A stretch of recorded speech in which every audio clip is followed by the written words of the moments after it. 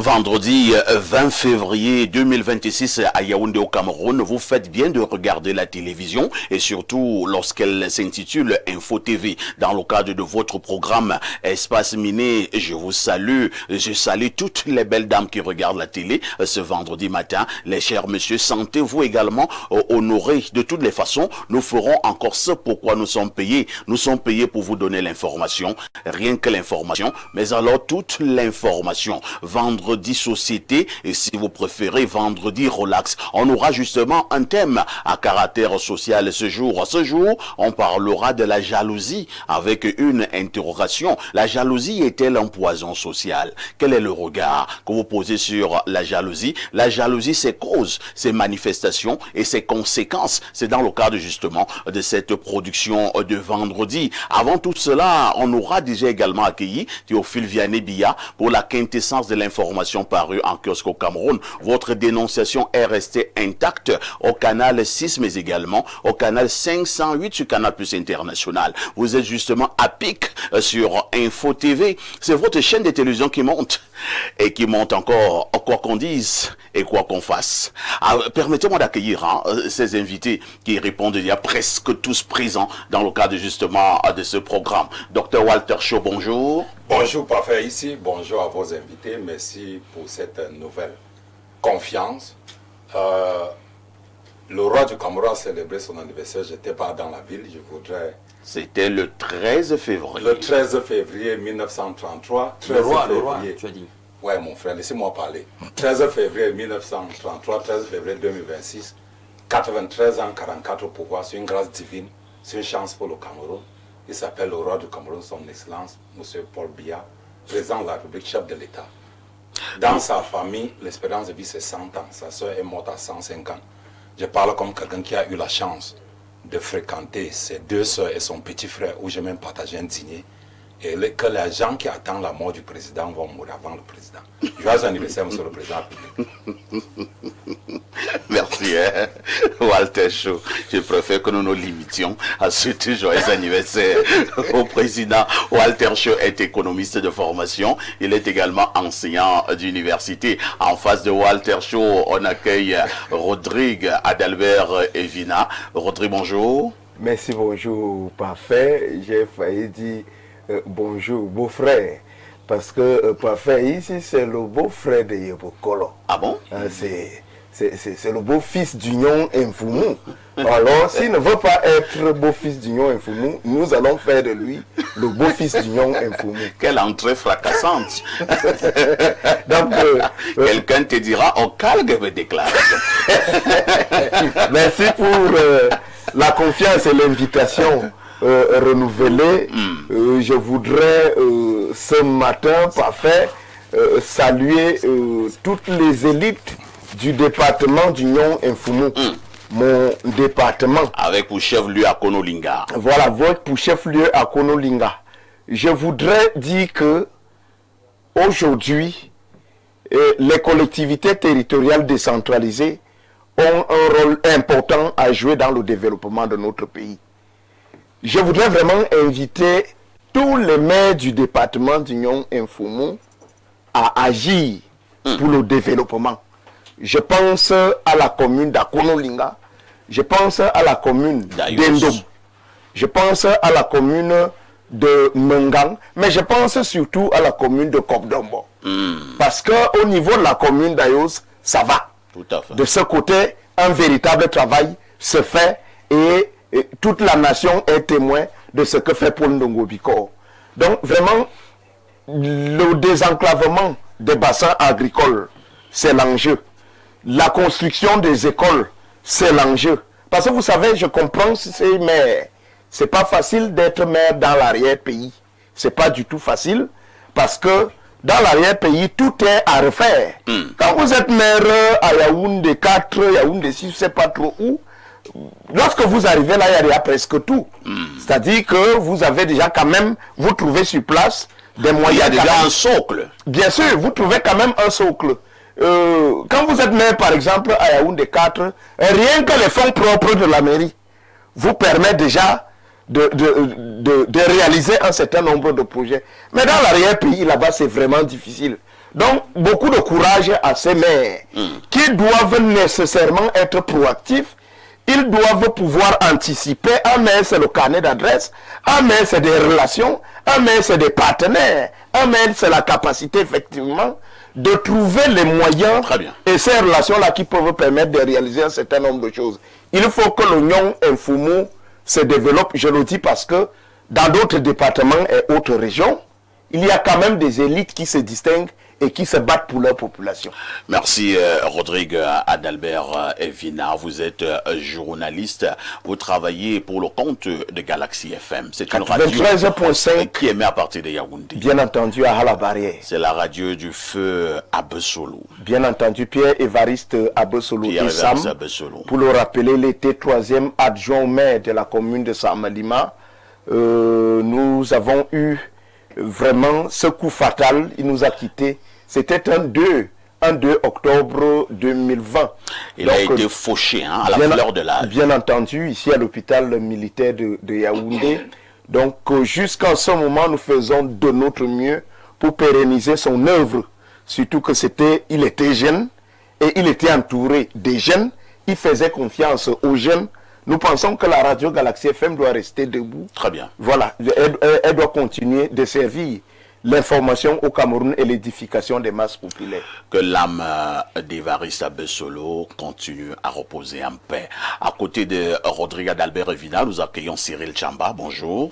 Bonjour Parfait ici, bonjour à tous les copanélistes et bien évidemment aux nombreux téléspectateurs de Espace Miné. Comment tu vas?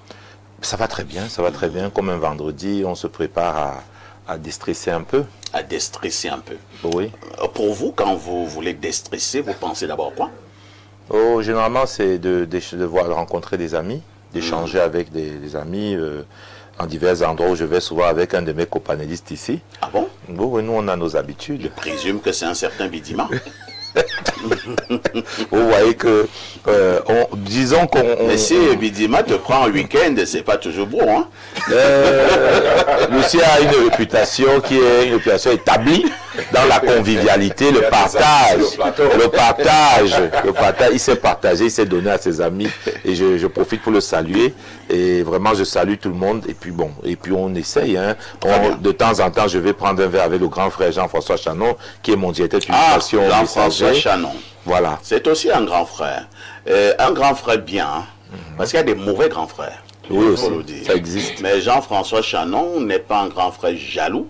Il n'est pas un grand frère aigri. Et tout au contraire, à chaque fois que je rencontre le grand frère Chanon, au-delà de ce que nous pouvons prendre en verre, il me prodigue toujours des conseils. C'est le genre de grand frère qui tire les petits. Il veut les voir monter. Ils sont de plus en plus rares, ce genre de grands frères. Vraiment, Jean-François Chanon, c'est un grand professionnel. C'est le patron du journal au quotidien, Le Messager. On lui dit bonjour ce matin. Lorsque nous l'avons fait, on accueille donc justement Lucien Bidima, qui ne se cache pas pour dire qu'il soutient les idéaux du Rassemblement démocratique du peuple camerounais, le RDPC. Lucien Bidima, bonjour. Bonjour, c'est un honneur, effectivement.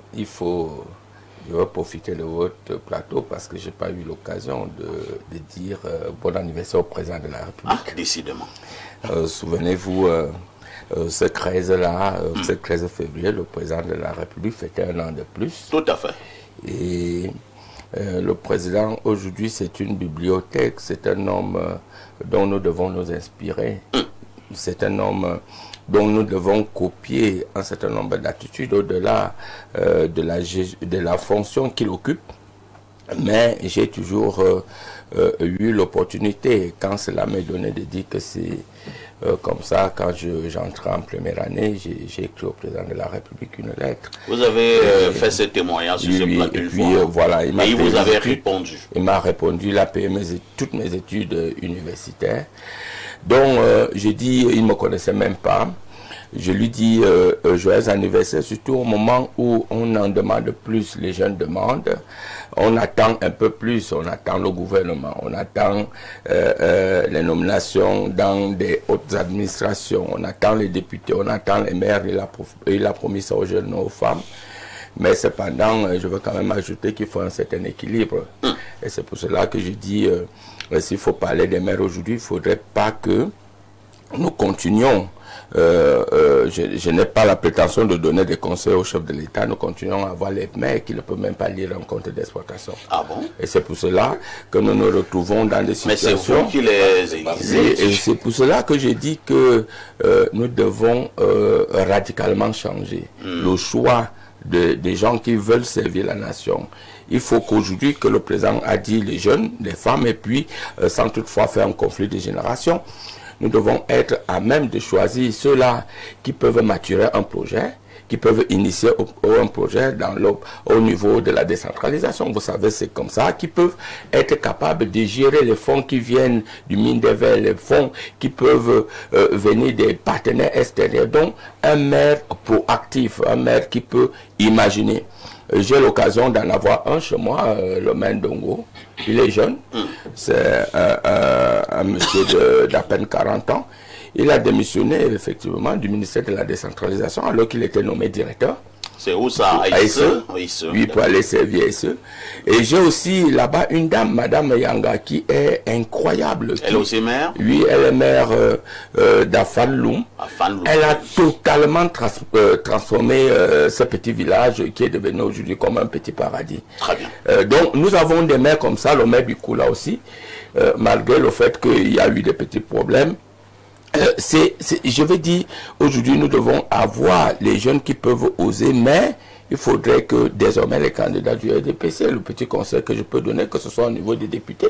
Parce que si on est député aujourd'hui et qu'on ne soit même pas capable de lire un budget, qu'on ne soit pas capable de faire des propositions, qu'on ne soit pas capable d'apporter quelque chose au niveau du gouvernement pour que ça s'améliore. Ça devient un problème. Ça devient un problème. Donc, non, c'est pas un sujet inscrit à l'ordre du jour. Non, mais franchement, quand M. Bidima le dit, moi, je dis quand même que c'est bien, mais seulement, qu'est-ce que vous allez faire de la discipline du parti? Et les plis fermés, avec lesquels on impose des profils, des incompétences, mais des individus, en réalité, qui, pendant 30 ans ou 40 ans au Cameroun, n'est-ce pas, on fait sombrer nos localités, n'est-ce pas, dans le sous-développement. Non, j'ai sauvé. Vous voyez un tout petit peu. Si vous permettez, c'est moi qui avais comprendre la situation. Non, permettez, c'est moi qui avais la parole. Non, pas en débat. C'est que moi je rappelais de l'anniversaire du chef de l'État, je le donnais comme petit conseil. Je ne regarde pas le. Les gens se plaignent de cette affaire au Cameroun depuis longtemps. C'est ça sert vraiment à ce que vous criez. Alors, attendez d'abord. Il faut qu'on soit sérieux sur ce plateau. Attendez. Je vais parler en français très facile. Il y a parfois, quand vous accueillez des invités, chacun vient avec son agenda. Moi-même, j'étais accueilli tout à l'heure au train. Tu es avec ton agenda. Personne ne t'a troublé dans ton agenda. Maintenant que Bidima pose aussi son agenda, mais tu es à tête. Ça va bien. Donc, vraiment, Lucien. Bon, je conclue en disant que non. Ce n'était qu'un conseil. Tout à fait. Le président de la République aujourd'hui en train de se projeter, c'est l'espérance. Donc, on fait mieux tous les jours. Vous avez vu ce qui s'est passé au Sud. Très bien. Dire. Donc, j'ai dit aussi, félicitations à vous, je n'ai pas eu l'occasion. Vous savez, Monsieur Pafay, ici, vous m'inspirez beaucoup, cette jeunesse-là qui est compétente, qui a de la maîtrise de sa fonction et qui fait honneur non seulement à sa communauté d'une manière globale, mais également à tout le Cameroun. Parce que je suis très content, lorsque vous avez été primé, de comprendre qu'aujourd'hui, il y a encore de l'honnêteté dans le choix, dans l'analyse des compétences que nous avons. Et je vous dis franchement bravo. Je vous admire énormément et je dis, si tous les jeunes pouvaient aller dans ce sens-là, je ne vous ai jamais, je suis très informé, vraiment très informé, je n'ai jamais suivi que vous êtes dans un milieu obscur, vous faites très bien votre travail, avec professionnalisme, d'ailleurs vous croyez beaucoup en Dieu, et j'ai dit bravo, à M. Nveng, qui a su vous dénicher, et qui déniche de plus en plus de jeunes, et qui leur donne la possibilité d'aller jusqu'au bout, et surtout Info TV. Alors je voulais vous dire bravo, et que les jeunes suivent votre exemple. Parce que quand le président Biya dit les jeunes, Mais également, il faut les jeunes compétents. Il ne faut pas les jeunes qui se versent dans la facilité. Vous ne vous êtes jamais versé dans la facilité. Je profite de votre antenne pour vous dire, il faut que les jeunes suivent Parfait Haïti, suivent la manière dont il sait, la manière dont il communique, la manière dont il applique sa fonction. Et je crois que c'est comme ça que la jeunesse peut véritablement prendre le relais. Merci Lucien Midima pour parler comme les autres, pour ces mots aimables à mon endroit. On va accueillir notre invité permanent, Alain Dou, bonjour. Bien le bonjour, Parfait, c'est un plaisir d'être là pour le dernier jet d'Espace Minier de cette semaine. Je salue mes co-discutants déjà installés, nos millions de téléspectateurs, voire, qui sait, milliards à travers le monde. On ne sait jamais. On ne sait jamais. Donc du coup, je salue de même. Parfait, c'est vrai. C'est vrai que quand on parle de ce programme, qu'on parle certainement même de cette chaîne, tu es la tête de proue, la star du programme. Mais j'aimerais, à ma façon, célébrer nos acteurs de l'ombre en ce matin qui nous gratifient d'une innovation dynamisée. On a un nouvel habillage, belle surprise. On donne un nouveau ton à l'émission. C'est toujours agréable comme ça d'être confronté à ce petit zeste de nouveauté. Je les salue profondément. C'est toute une grande équipe qui accompagne la star que tu es et qui accompagne ce programme. Je pense que c'est l'occasion idoine de leur manifester toute notre reconnaissance pour leur abnégation à nous accompagner dans ce programme Espace Minier qui caracole, qui domine carrément le 10-12 au niveau de l'écosystème médiatique camerounais. Merci beaucoup les gars pour le travail que vous faites. J'espère qu'on n'en restera pas là. Vous allez continuer de nous égayer, de nous émerveiller de la façon.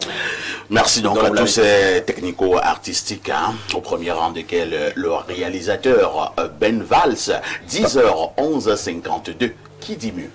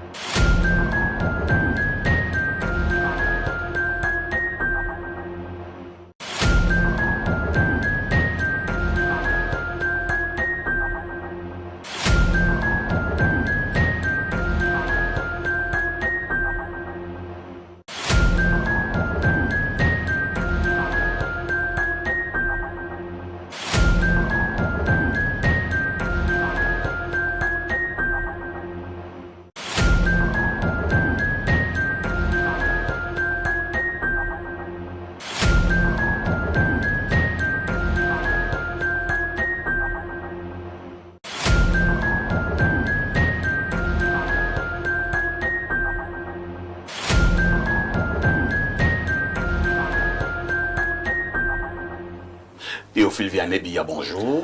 El Perfecto, bonjour. Bonjour à votre riche et impressionnant panel ce matin. Bonjour également à nos charmants et fidèles téléspectateurs que je retrouve encore ce matin. Un bonjour particulier à toutes les téléspectatrices qui nous regardent de par le monde. Alors, Perfecto, hier je vous annonçais déjà qu'un nouvel habillage va faire son entrée. Et donc, dans cet habillage, je vous vois placé quelque part là, du côté de l'immeuble, juste à côté là. Où ça? C'est vrai que ceux qui nous regardent ne peuvent pas vous voir, mais moi je vous aperçois là, dans votre véhicule. Parmi les véhicules là, il y a votre... Moi, vous êtes sérieux? Oui, j'essaie de reconnaître votre véhicule. De toutes les façons, lorsque vous voyez TVB dans le cadre de cette émission, sachez que nous devons déjà faire un tour du côté des kiosques. TVB, que disent les journaux?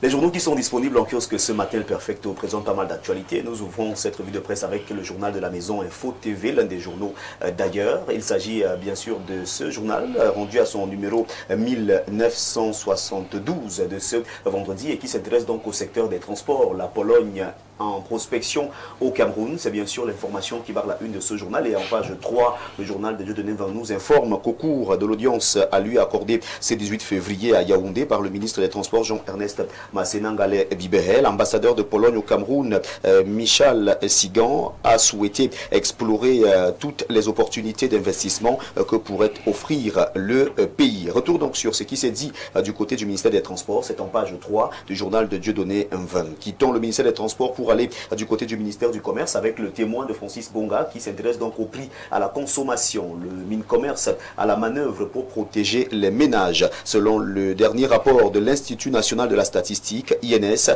les prix à la consommation finale des ménages reculent de 0,7% en janvier 2026, prolongeant la tendance baissière amorcée en fin 2025. Les statistiques sont donc présentées en page 2 du journal Le Témoin. Paul Motazeux s'est exprimé et le journal Le Jour d'Aman Mana a capté cette réaction du ministre des Finances ce matin. Le journal Le Jour titre donc en une, lui Paul Motazeux, il n'est pas normal que l'État signe des contrats, mais à la fin, les paiements traînent. Cette réaction est à retrouver dans ce journal, ainsi que l'intégralité de cette interview. C'est bien sûr le journal d'Aman Mana qui revient donc sur cette réaction du ministre des Finances ce matin. On parle des installations électriques avec mutation de Georges-Alain Boyomo qui était donc aux côtés du ministre de l'eau et de l'énergie lorsqu'il effectuait sa descente il y a quelques jours. Et ce journal s'intéresse à ces installations électriques ce matin. Ces actes qui disjonctent des faits de vandalisme et de vol d'équipements se multiplient sur les réseaux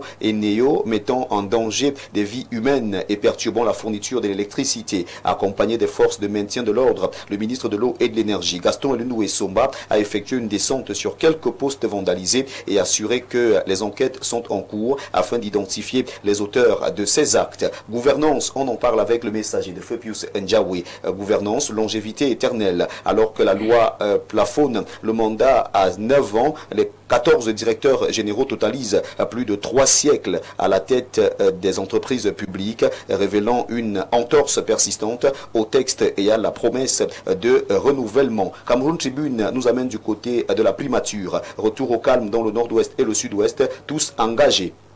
Reçu en audience hier par le Premier ministre chef du gouvernement, Chief Dr Joseph Dion Gouté, Monseigneur Andrew Nkeya, archevêque de Bamenda, Samuel Fonki, ancien modérateur de la Presbyterian Church of Cameroon, et un groupe de conducteurs de moto-taxi ont réaffirmé leur détermination à travailler pour la normalisation dans ces régions en crise. Le journal que gère Marie-Claire Nana s'intéresse donc à cette actualité ce matin et nous la présente en page 2. Logo Nechari, on en parle avec l'œil du Sahel de Gibaï Gatama. L'armée neutralise 5 terroristes de Boko Haram à Bargaram. Les statistiques sont présentées ce matin en page 3. La riposte qui est en kiosque s'intéresse au logement et urbanisme. Lui, Roger Manga, le métronome du chantier stratégique Masumbu Diwam. Face à la crise du logement qui pèse sur les citoyens dans la ville de Douala, le projet Masumbu Diwam trace une nouvelle voie, d'après ce que nous dit le journal de Maxime Yamben, qui nous permet de refermer cette revue de presse Acte 2 sur Info TV ce vendredi matin. Mesdames, messieurs, de votre aimable attention, infiniment merci.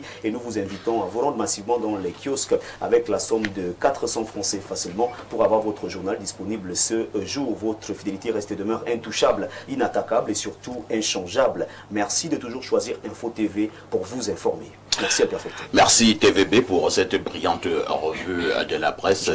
Je vous souhaite de passer un excellent week-end. Oui.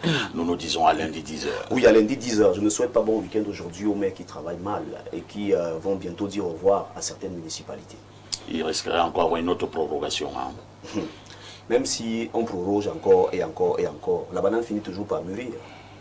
Vous avez intérêt à avoir beaucoup d'amis maires, monsieur. J'ai intérêt. D'ailleurs, je salue quelques-uns. Ceux qui travaillent bien sont mes amis. Ceux qui ne travaillent pas bien ne sont pas mes amis. Et ceux qui veulent y être. Pardon? Ceux qui veulent y être. Ah, ceux qui veulent y être. On va voir. De toutes les façons. Voilà. De toutes les façons. TVB met toujours le Seigneur au centre de ta vie. C'est de ça qu'il s'agit, El Perfect. Bonne suite d'émission. À tout de suite pour la suite.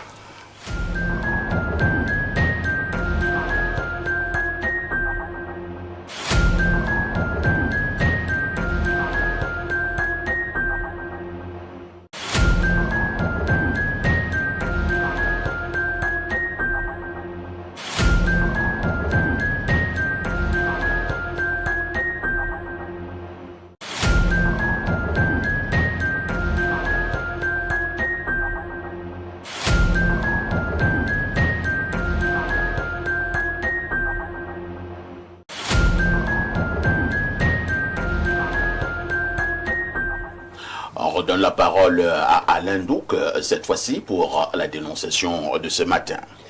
Une dénonciation quelque peu very strange, dans le style qu'on a souvent eu dans le cadre des dénonciations sociales sur ce plateau.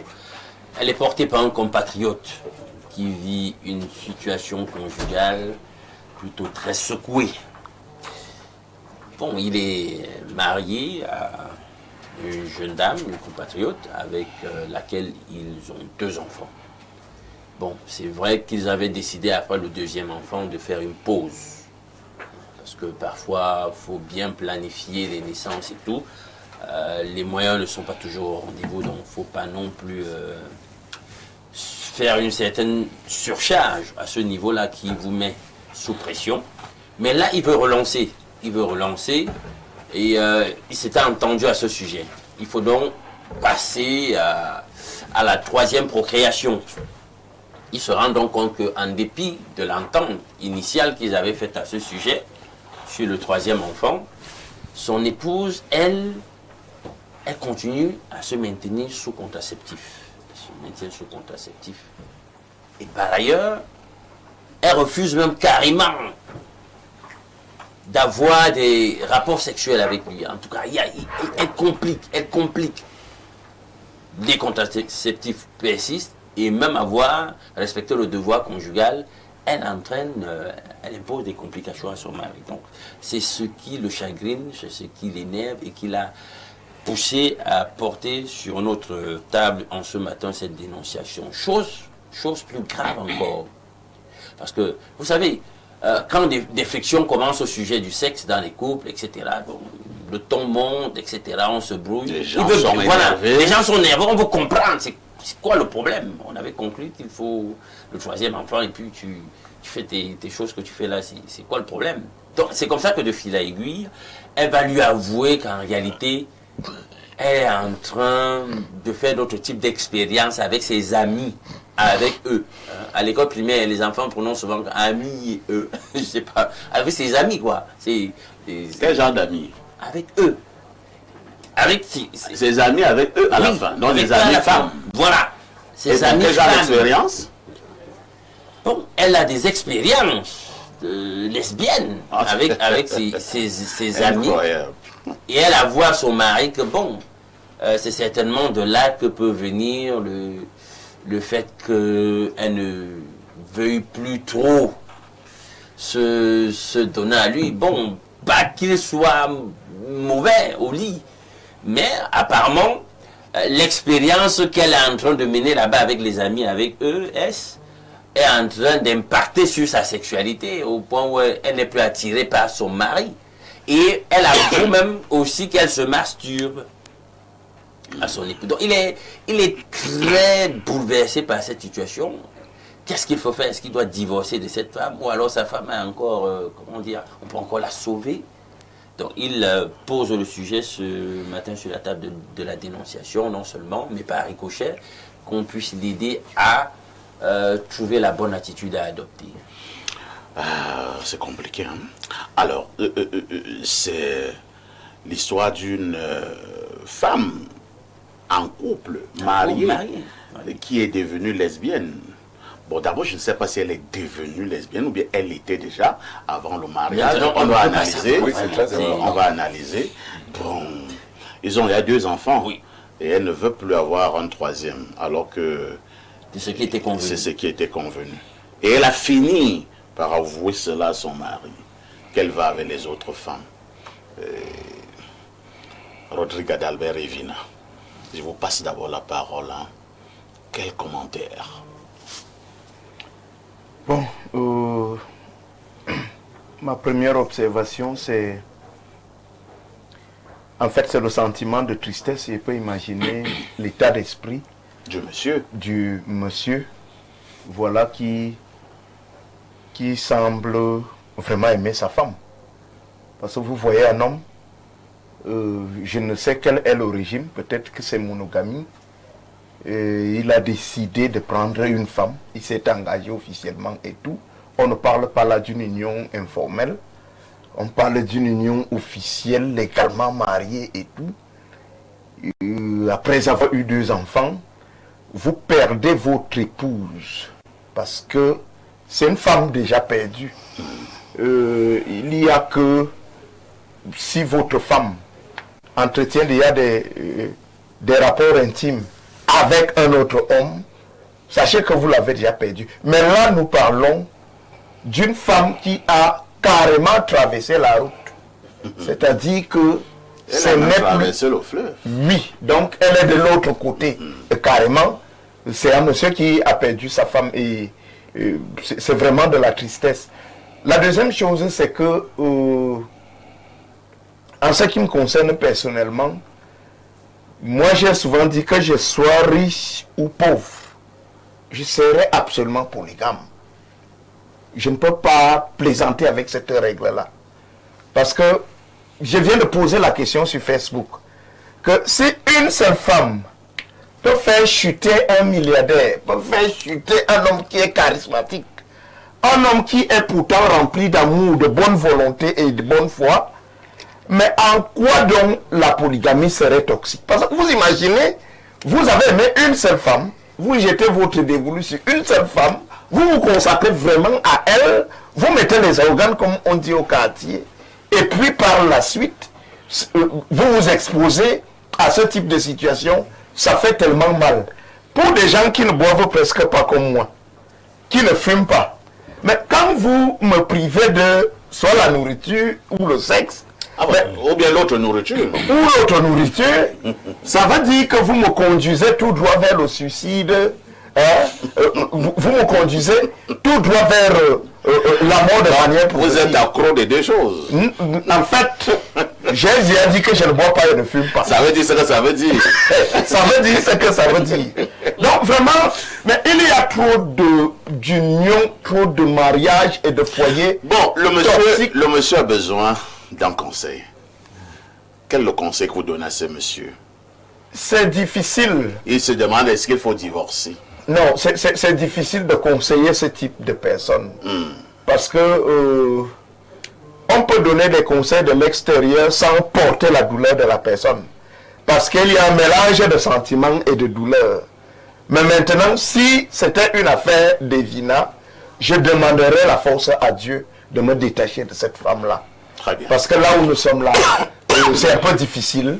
Dans l'homosexualité, il y a un démon terrible. C'est difficile qu'il récupère cette femme-là. Peut-être qu'il va falloir un accompagnement psychologique, il va falloir des prières, il va falloir un peu d'exorcisme, je ne sais pas trop, mais c'est un peu compliqué. Donc si ça n'était que mon cas, je mettrais cette croix-là de côté. Je garde mes enfants et je cherche à refaire ma vie. Merci Rodrigue. Cyril Tchamba. C'est vrai que Rodrigue l'a vraiment dit, hein? On ne sait pas exactement dans quel état d'esprit ce monsieur se trouve, mais toujours est-il qu'il a mal. Il a mal, je présume que c'est encore un jeune couple. Le monsieur a à peu près quel âge? 35. Et la dame, la jeune dame? Elle a 28. 28 ans. C'est fini. Et est-ce qu'on dira que c'est peine perdue? Ou alors on doit faire confiance à la prière? Ou alors le monsieur doit encore s'armer de beaucoup de tact, de dialogue, de patience, d'intelligence? Que faut-il faire? Vous savez que c'est très compliqué de traiter ces questions, qui sont des questions qui touchent à l'intime, le psychologique, mais c'est des situations qui arrivent. Et vous savez, le mariage est une aventure longue et extrêmement périlleuse. Tout est sujet au bonheur, comme toute situation peut être sujette à des questionnements, des malaises. Et je pense que quand c'est un jeune couple, ce sont des jeunes, et dans l'esprit camerounais, dans notre esprit traditionnaliste, le divorce n'est pas quelque chose de souhaitable. Et je pense aussi que beaucoup de personnes dans les ménages, bon, ce qu'on nous raconte là peut être rocambolesque, mais il y a beaucoup de gens, des ménages qui vivent des situations plus difficiles, sur d'autres plans. Donc, il faut peut-être concourir à un dialogue, à prendre de la patience, mais une patience de travail ensemble. Vous savez, aujourd'hui, nos jeunes, vous avez dit qu'elle a 28 ans, arrivent à l'âge de responsabilité avec beaucoup d'entremêlements émotionnels et sexuels. Qui ne savent pas distinguer la pratique de l'orientation ou du penchant. Parce que c'est deux choses. La pratique de l'acte homosexuel et le penchant homosexuel. C'est deux choses bien différentes. Donc si elle a accepté de se marier avec ce monsieur, ça veut dire qu'elle se reconnaît comme étant hétérosexuelle, mais peut-être qu'elle est par curiosité, parce que les influences extérieures aujourd'hui le font, elle est tentée par des expériences homosexuelles. C'était une affaire de curiosité. Je présume qu'elle a déjà eu à faire cela 1, 2, 3 fois. C'est bon, non? Maintenant, oui, elle pourrait se détacher de cette affaire. C'était le premier étage. Ah, d'accord. Vous savez que moi, j'aime monter doucement. Allons-y. Donc, c'était le premier étage pour dire que ça peut être un problème de pratique sexuelle, de découverte de son corps, parce qu'elle n'a que 28 ans. Mais de l'autre côté, il faut dire que c'est la question même du mariage. Pourquoi on se marie? Et c'est souvent cela, c'est-à-dire que beaucoup de personnes se marient parce qu'on trouve le premier gars qui peut venir donner la dot à la famille. C'est une fois qu'on est dans le mariage qu'on se demande que est-ce que c'est le bon type, est-ce que bon, les questionnements commencent. Et vous savez, c'est même l'ensemble de l'escroquerie émotionnelle que nous avons en ce moment, où on commence par la fin. Je vous dis, bon nombre de filles que vous voyez dotées là, sont dotées parce qu'elle dit que bon, celui-ci a eu son rappel, il faut d'abord qu'on me dote. La famille mange. Vous voyez que dans certaines familles aujourd'hui, on vomit même la dot. Dans certaines familles, on prend 3 dots. C'est-à-dire les gens sont tellement cupides, malhonnêtes, et ce sont eux-mêmes qui accompagnent les enfants. Gourmand a des histoires pareilles. Or, nous sommes des Africains, il y a des symboles très importants. Donc quand une famille galvaude déjà ces symboles-là traditionnels, vous pensez que le mariage va ressembler à quoi? Et je suis sûr que si le téléspectateur le revenait, il nous dirait que c'est déjà des gens qui sont souvent dans des enchevêtrements depuis le début qui ne sont pas bien. Mais ce que je peux dire, c'est que ce n'est pas encore perdu. Il y a des couples qui ont connu des moments encore plus difficiles que cela, et par le dialogue, par l'encadrement familial, socio-culturel, on a réussi à en sortir. L'homosexualité, rappelez-vous que le pape l'a dit, le pape François l'a dit, que ce n'est pas une condamnation à mort quand l'homosexuel fait acte de repentance et décide de revenir sur le droit chemin. Il avait également dit qu'ils sont aussi des enfants de Dieu. Ils sont aussi des enfants de Dieu et on peut les sauver. On peut les sauver. Il a même dit qu'on pourrait aussi leur union hors liturgie. Jésus-Christ aussi avait dit qu'il n'est pas venu pour les bons, il est venu pour les pécheurs. Cela veut dire qu'il n'est pas tard, on peut sauver ce couple. Lucien Bidima, vous êtes un homme déjà expérimenté, vous avez vu beaucoup de choses dans votre vie. Nous avons un cas sur la main. Est-ce qu'il ne faut pas déjà apprécier la sincérité de la jeune dame qui finit par avouer cela à son époux? Est-ce que ce n'est pas un signe de ce qu'on peut encore récupérer cette fille? Lui, je vais dire que je vais d'abord sur le plan traditionnaliste. Oui. C'est un acte d'homosexualité totalement condamné. Et d'une manière ou d'une autre, moi étant chrétien, je ne peux pas tolérer ni appuyer cela. Tout à fait. Mais maintenant, je reviens au niveau de la modernité, de la réalité actuelle dans l'environnement où nous nous trouvons. Et je veux dire quelque chose vraiment peut-être qui va aller à l'encontre peut-être de ce que certains pourraient penser. Vous avez dit quelque chose, est-ce que ce monsieur peut récupérer sa femme? Oui. Et comment il peut récupérer sa femme? Ça va être difficile ce que veut lui demander de faire. C'est que la femme a été sincère de l'avouer qu'elle fait des expériences ailleurs. Avec d'autres filles. Il faut qu'il accepte l'accompagner dans ces expériences-là. Ok.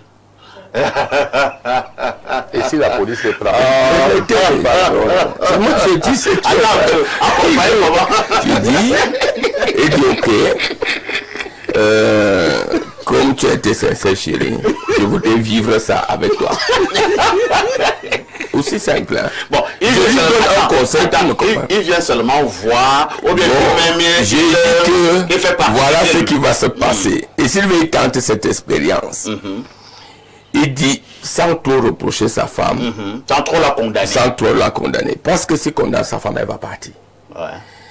S'il le repousse, sa femme, elle va partir. Parce que cette affaire, on ne s'en sort plus jamais. Surtout les femmes. Moi, j'ai des amis.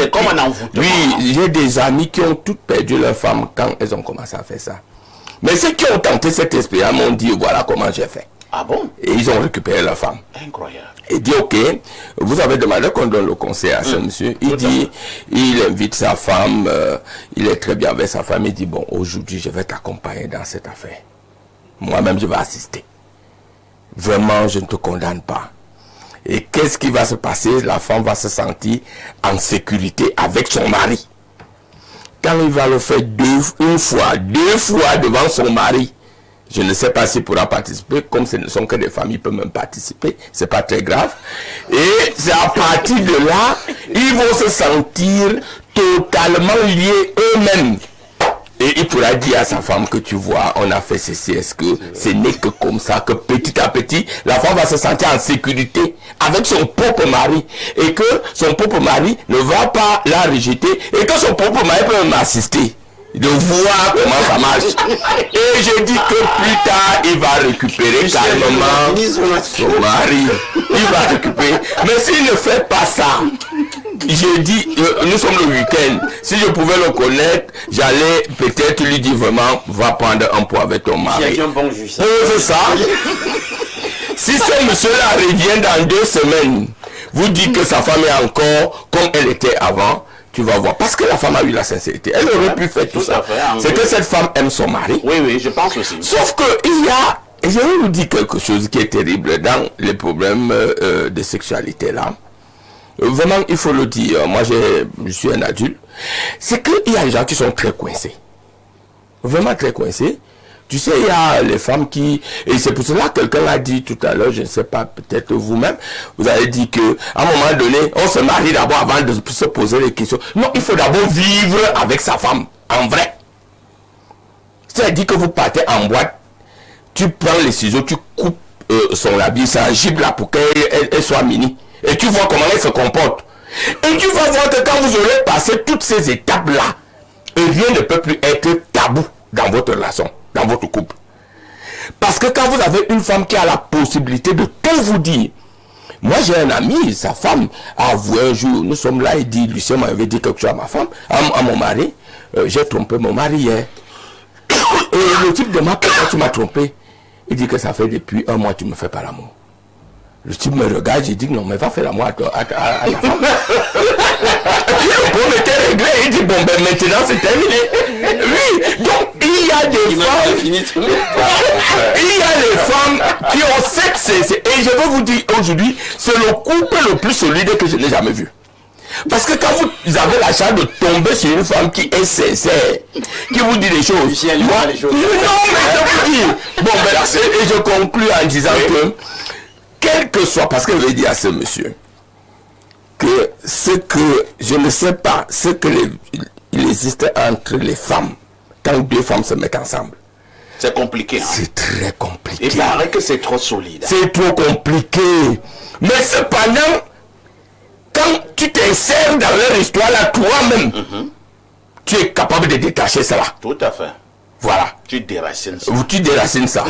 C'est dur, mais c'est vraiment une pilule à avaler.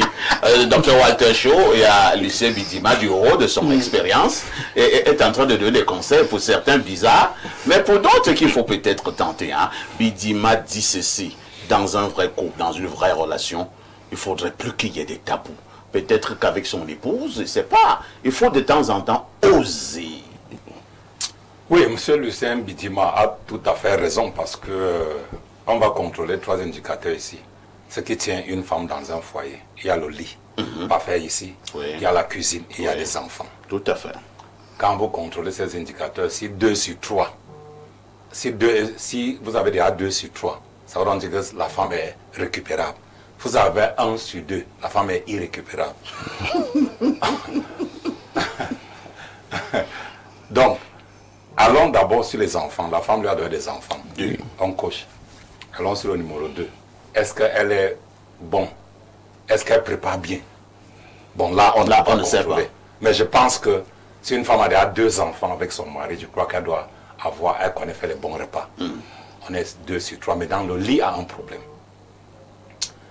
Je dis souvent aux hommes, vous savez, nous sommes à la télé, on a des enfants à la maison qui nous suivent, on a nos épouses qui nous suivent. Tout à fait. Quand le lit a un problème parfait ici, le couple se déchire. C'est une réalité. La femme en question est irrécupérable. Pourquoi? Parce que... Oui, je veux... Oh, c'est triste, hein? Non, oui, bien sûr. Parce que le monsieur là regarde l'émission. Bien sûr, je vais le conseiller. Je suis quelqu'un qui reçoit les plaintes tous les jours dans le domaine social. Vous êtes conseiller matrimonial aussi? Pas matrimonial, Ah, bon, d'accord. je suis dans le domaine de la criminalité. Et je gère aussi des affaires. Les gens qui ont des problèmes dans les affaires me rencontrent aussi. Et il y a des couples qui me voient régulièrement pour se plaindre. Et là, je profite pour cette dénonciation pour passer dans un message aux hommes et aux femmes et donner le conseil à le monsieur qui nous regarde. Monsieur, vous êtes marié avec une lesbienne sans savoir. Parfois, c'est conseillé de prendre connaissance au moins 6 mois. Ça, c'est dans la majorité des cas avant d'épouser une femme. Pour savoir ses fréquentations, ses fantasmes, dans quelle église elle va. Les amis qu'elle fréquente sont les qui. Il faut tout contrôler ces éléments avant d'aller épouser. Mais si vous l'avez déjà épousé, que vous avez découvert, là, l'analyse change. Si elle a changé son orientation sexuelle, tu sais que l'article 347, alinéa 1 du Code pénal condamne l'homosexualité. Tout à fait. Moi, je ne condamne, je ne suis pas là pour dire que l'homosexualité n'est pas bon, mais je condamne pas les homosexuels, sont aussi des hommes. J'ai souvent mal à me prononcer sur l'affaire, sur l'homosexualité au Cameroun. Je dis d'abord que la loi condamne. Mais, comme le pape l'avait dit, les homosexuels sont aussi des hommes comme nous. Mais il ne faut pas tolérer.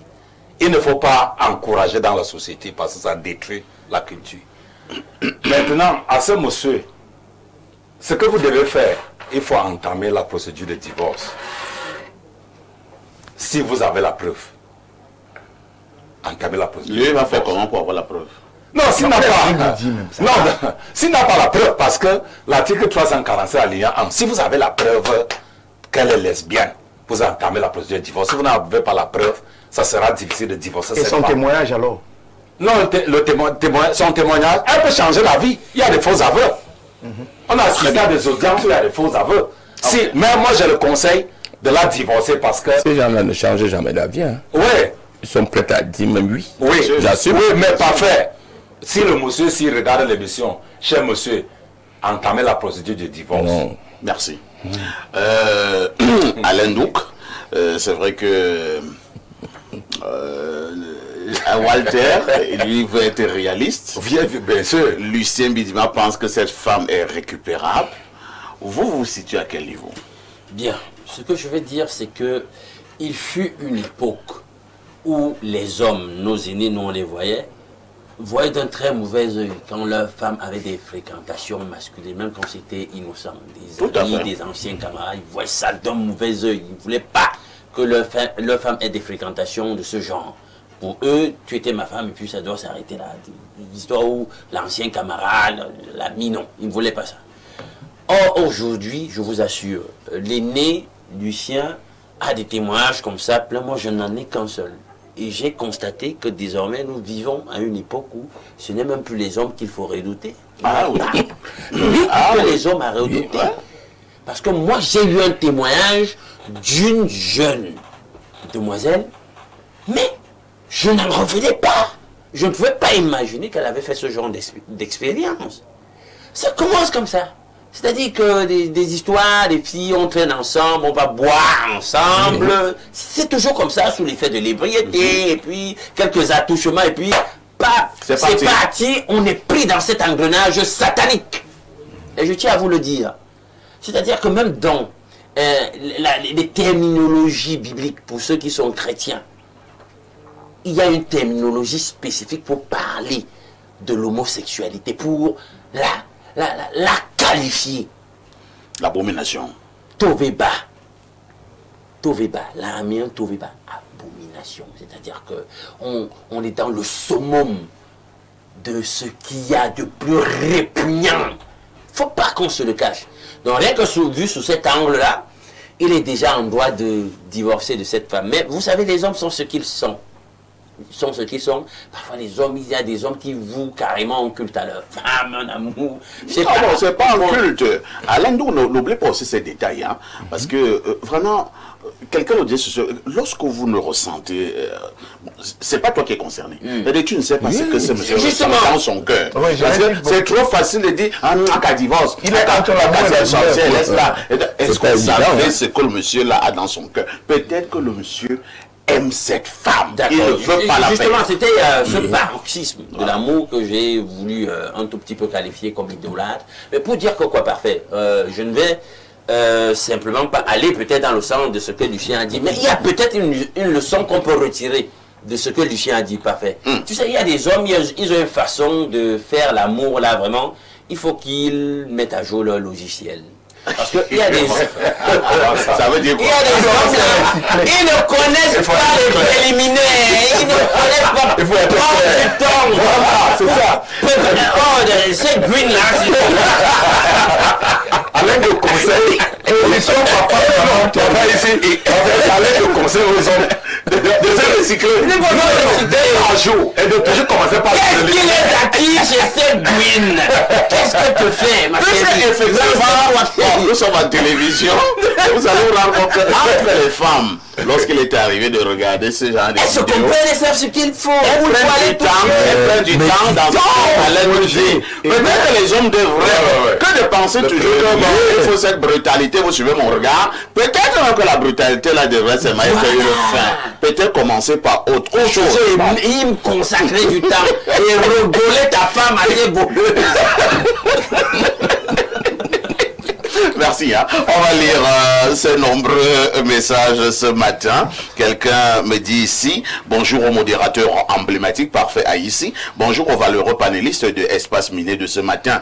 Je dirais que cette femme avait tourné le dos à son époux depuis belle lurette, au profit des actes sataniques. Conseil à son mari, il doit se dire heureux de connaître la vraie face de sa femme et prendre immédiatement ses distances. Le mal est tellement profond qu'il est irréparable. C'est Gabriel Michel Chaugem, enseignant, syndicaliste, leader d'opinion en causoir, qui envoie donc ce message. Alors, voici ce que dit Alexis de Mbalmayo.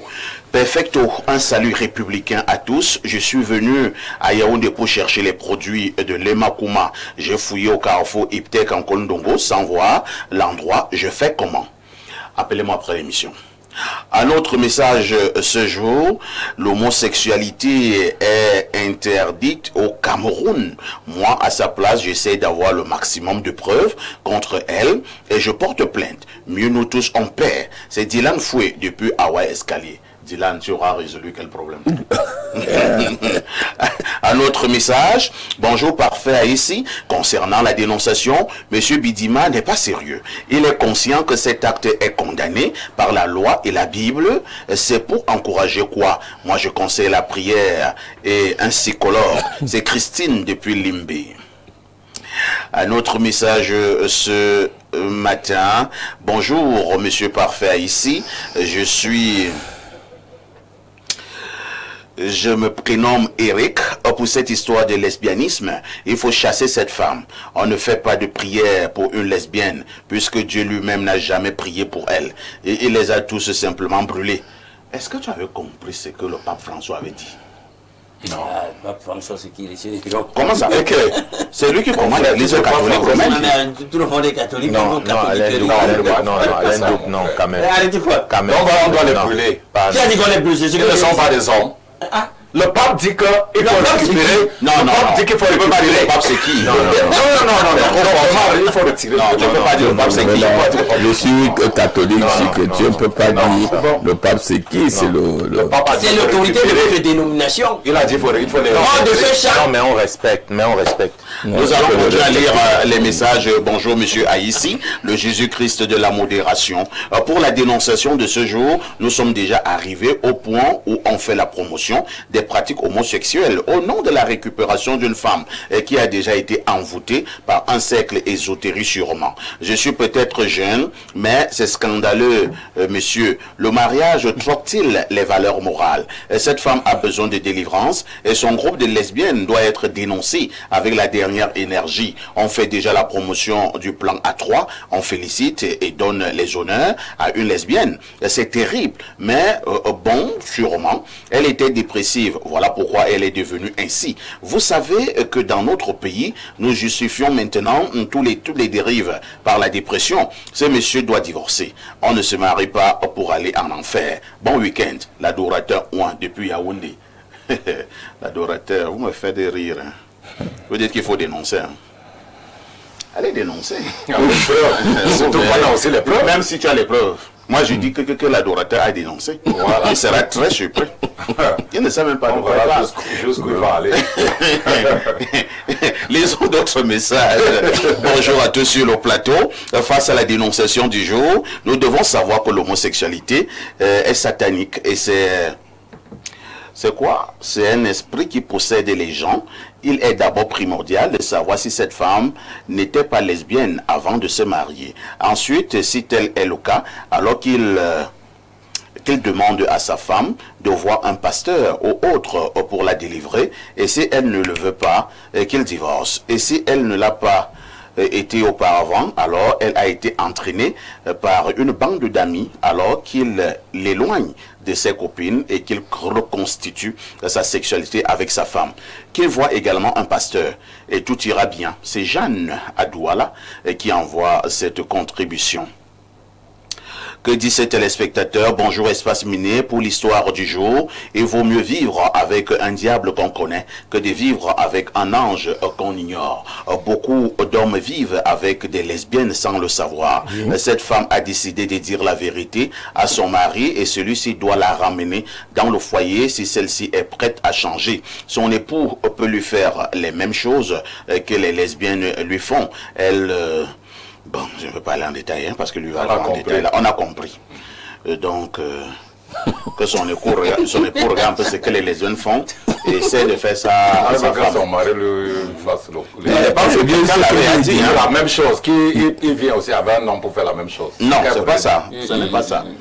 Ce n'est pas ça. Tu n'as pas compris, Walter. Ça, c'est le préliminaire. Voilà. Il ne veut pas des préliminaires. Bonjour à vous sur le plateau. J'ai souvent apprécié vos dénonciations, mais cette fois, c'est fort. Pour moi, il s'agit clairement de la promotion de l'homosexualité.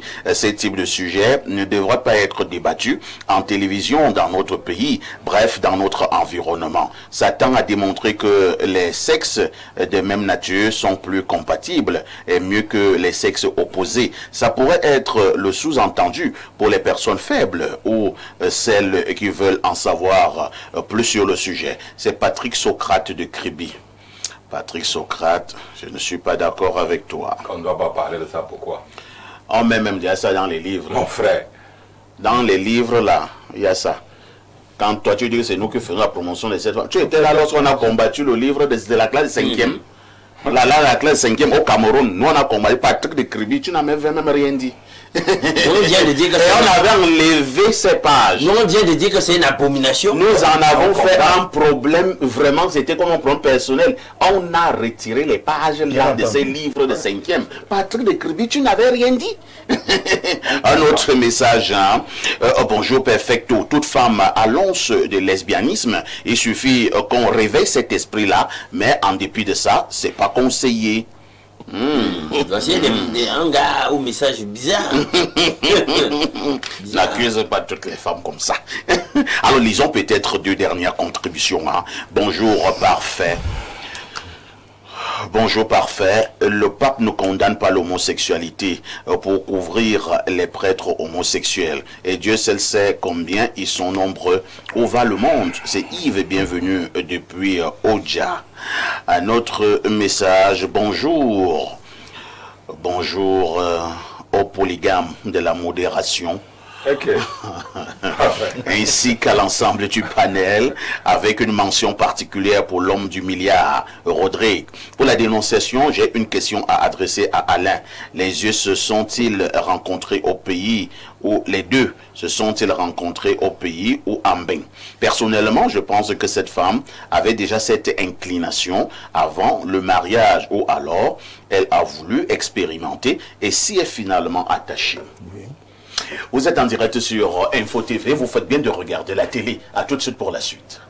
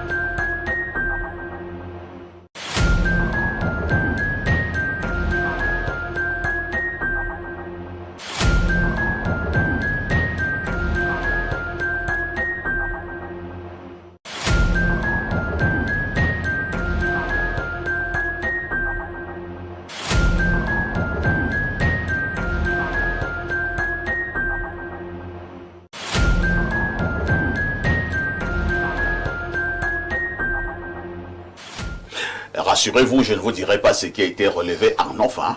Que d'expérience, que d'aventures et de mésaventures. Mais contentez-vous du sujet inscrit à l'ordre du jour, qui est également un sujet très important. Nous parlons de la jalousie ce matin dans le cadre de Vendredi Relax. Quel est le regard que vous portez, que vous posez sur le phénomène de la jalousie au Cameroun, en Afrique et partout ailleurs, dans des entreprises, dans les familles, dans les quartiers? Avez-vous l'impression que cette jalousie est devenue un véritable phénomène social, certains diront même un poison social? Docteur Walter Shaw, je vous passe d'abord la parole pour disserter sur la jalousie ce matin. Oui, parfait. Ici, la jalousie est née de quoi? La jalousie est née de manque, par exemple, on va citer certains éléments d'affection sexuelle, d'affection, abandon, parfois manque du rang social, manque d'argent, convoiter les postes au pouvoir, voir les autres s'habiller plus que vous, voir les autres manger plus que vous. Parfait, c'est le fait que vous vous habillez pour arriver sur ce plateau rend certaines personnes jaloux. Tout à fait. Le fait que vous soyez compétent rend certaines personnes jaloux. Tout à fait. Donc, c'est pour dire quoi? Que nous sommes nés avec la jalousie, mais certaines personnes, à travers l'éducation, changent et ne deviennent pas jaloux. Mais nous sommes nés, l'homme est d'abord jaloux par nature. La jalousie, on peut s'incliner sur plusieurs dimensions. Il faut avoir la jalousie au milieu du travail, il faut avoir la jalousie au niveau des relations amoureuses, relations professionnelles. En famille. Vous pouvez aussi avoir la jalousie, par Entre exemple, amis. entre amis, même dans un couple, il y a aussi la jalousie. Donc, et la jalousie n'est pas loin de la sorcellerie. Ah bon? Oui, bien sûr. Non, il faut pas faire comme vous tombez pas. C'est la dernière étape. Quelqu'un qui est jaloux n'est pas différent du sorcier parce qu'il fait le même travail qu'un sorcier. Quelqu'un me disait que la jalousie était un sport, était un stage professionnel pour Bien devenir sûr. sorcier. Tout C'est à la fait. dernière étape. Donc, les c'est jaloux, une étape. comment découvrir, comment savoir si quelqu'un est jaloux de vous? Oui, quelques On va indices. faire quelques indices. Quand vous avez quelque chose quand vous réalisez quelque chose de bien, la personne ne vous félicite pas. Vous avez constaté que parfois, quand vous avez un message, par exemple, quand vous en nommez, vous venez d'avoir quelque chose de bien. bon, ou bien une bonne nouvelle, vous envoyez par WhatsApp, la personne lit, mais ne répond pas. alors que vous avez causé il y a quelques minutes, tu les nerves même. Ça, c'est le signe de la jalousie. Deuxième chose, si vous avez réalisé un projet, soit construire une maison, ou bien se marier, ou bien avoir un nouveau bébé dans la maison, ou bien avoir gagné un contrat, Avoir une promotion. avoir une promotion, et que vos amis que vous mangez ensemble, vous buvez ensemble, ne réagissent pas, il faut les éviter.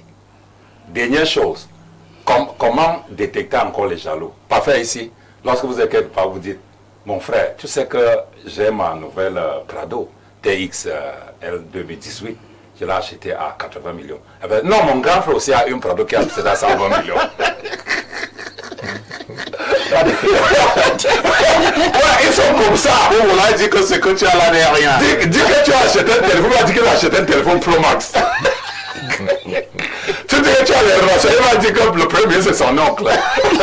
Inviter ce genre de personnes. Parfait, voilà comment détecter, j'ai démasqué les jaloux. Ce sont des jaloux.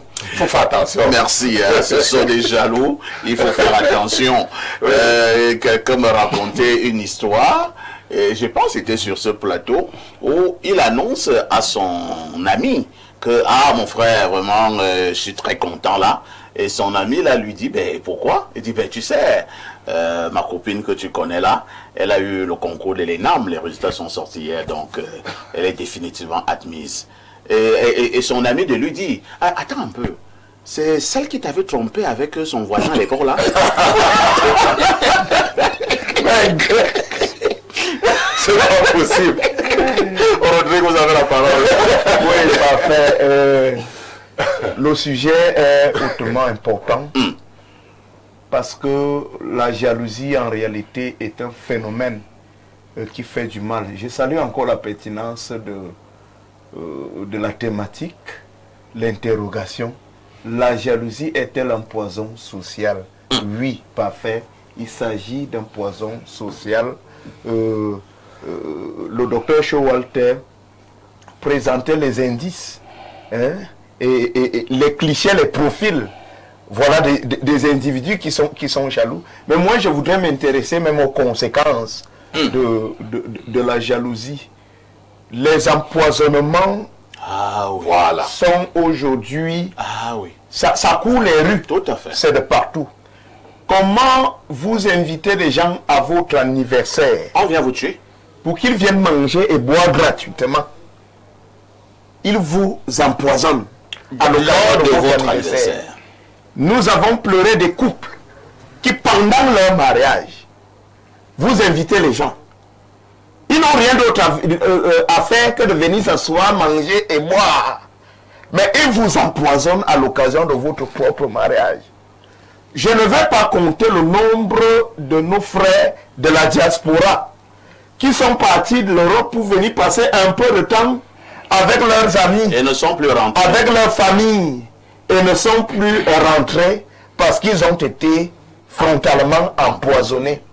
Est-ce que nous pouvons encore compter dans ce pays, ici au Cameroun, le nombre de gars qui, parce que ayant obtenu leur visa, leur papier pour l'Allemagne, je ne sais pas trop où, ont décidé de rassembler leurs amis pour la toute dernière fois? Et il n'a plus jamais. Que je voudrais vous dire au revoir, je suis en train de partir. Ces derniers l'empoisonnent froidement et carrément, comme ça. Donc pour dire que le problème posé sur ce plateau ce vendredi, Parfait ici tombe à point nommé.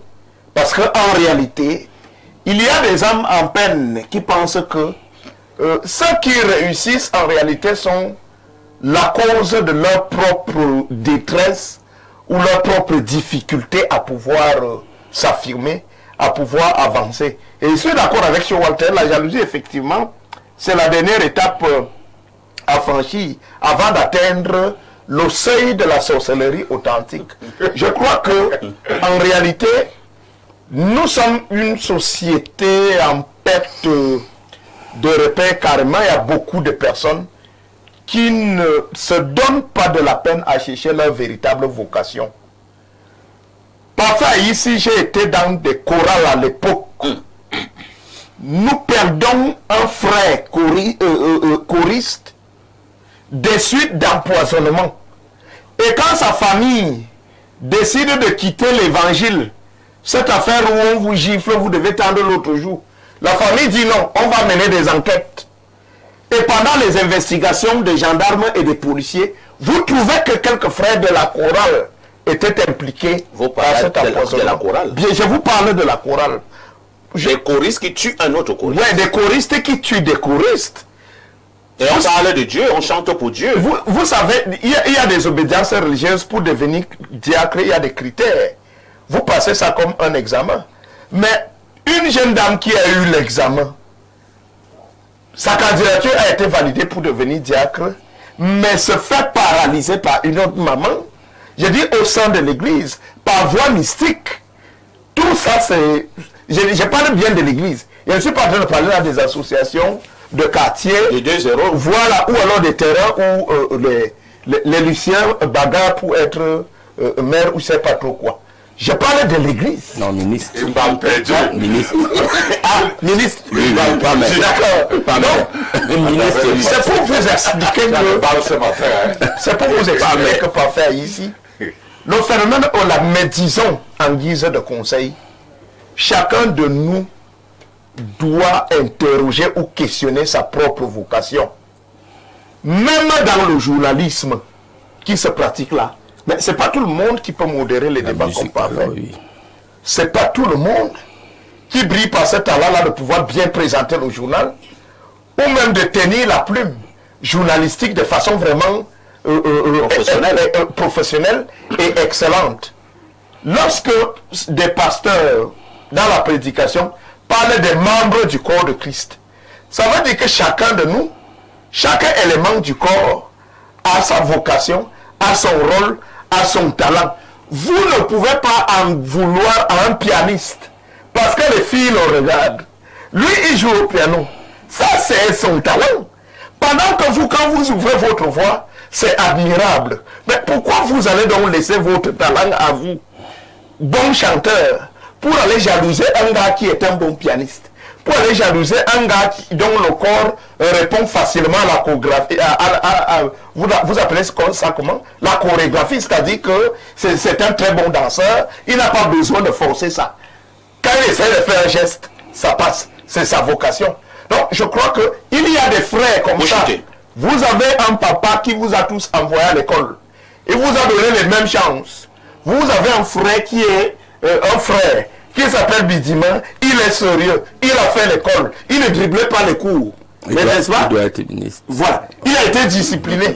Mais vous avez choisi de prendre l'argent de votre pension pour aller impressionner les filles. Et plus tard, vous n'êtes rien. Et vous commencez à vouloir à M. Bidima, qui lui, il a rendu, il a valorisé les efforts de son papa en allant à l'école. Il y a des frères comme ça. Parce qu'on a nommé Parfait. On commence à dire qu'elle est dans la secte. Voilà, c'est un problème. Voilà. Et ce sont vos propres frères qui vous sabotent. C'est-à-dire, mais les gars font de votre image, mais une véritable serpillère. Simplement parce qu'en réalité, ils se disent qu'ils sont incapables d'atteindre votre niveau social. Je pense que c'est un poison. Merci. Et c'est un poison qu'il faut éradiquer. c'est un poison et c'est un poison qu'il faut éradiquer. Lucien Bidima, vous avez été suffisamment appelé par Audrey tout à l'heure, je vous passe donc la parole, mais je vous suggère de vous appesantir un tout petit peu sur la jalousie familiale. J'ai aussi la nette impression que cette forme de jalousie aussi prend du pas. À l'époque, on nous faisait comprendre, Lucien, que non, ton frère ne peut pas te faire ceci parce que c'est ton frère, ta mère ne peut pas te faire ceci, ton cousin ne peut pas. Mais de plus en plus, nous allons dans des deuils, dans nos villages, et vous voyez, on vous dit que tel monsieur est mort, c'est par jalousie, il avait des problèmes avec son cousin, avec son frère, et nous sommes en train de l'enterrer. Et je crois que c'est pas là que ça commence, mais il faut d'abord qualifier. Il y a deux types de jalousie. La jalousie affective. Ça veut dire, vous êtes, votre femme est jalouse. Ça, c'est une forme de jalousie. Oui, une forme de jalousie, qui entraîne parfois aussi des conséquences incroyables. Il y a le crime passionnel. Le crime passionnel, vous vous souvenez de cette femme-là qui vient de tuer ses enfants, trois enfants. Et vous voyez à quel niveau aussi ça peut être toxique. Et quand votre propre épouse est jalouse de vous, à un moment donné, elle commence même à croire que vous travaillez très bien, elle commence à dire que vous êtes dans les sectes, elle commence à imaginer un certain nombre de choses, elle peut totalement détruire votre foyer.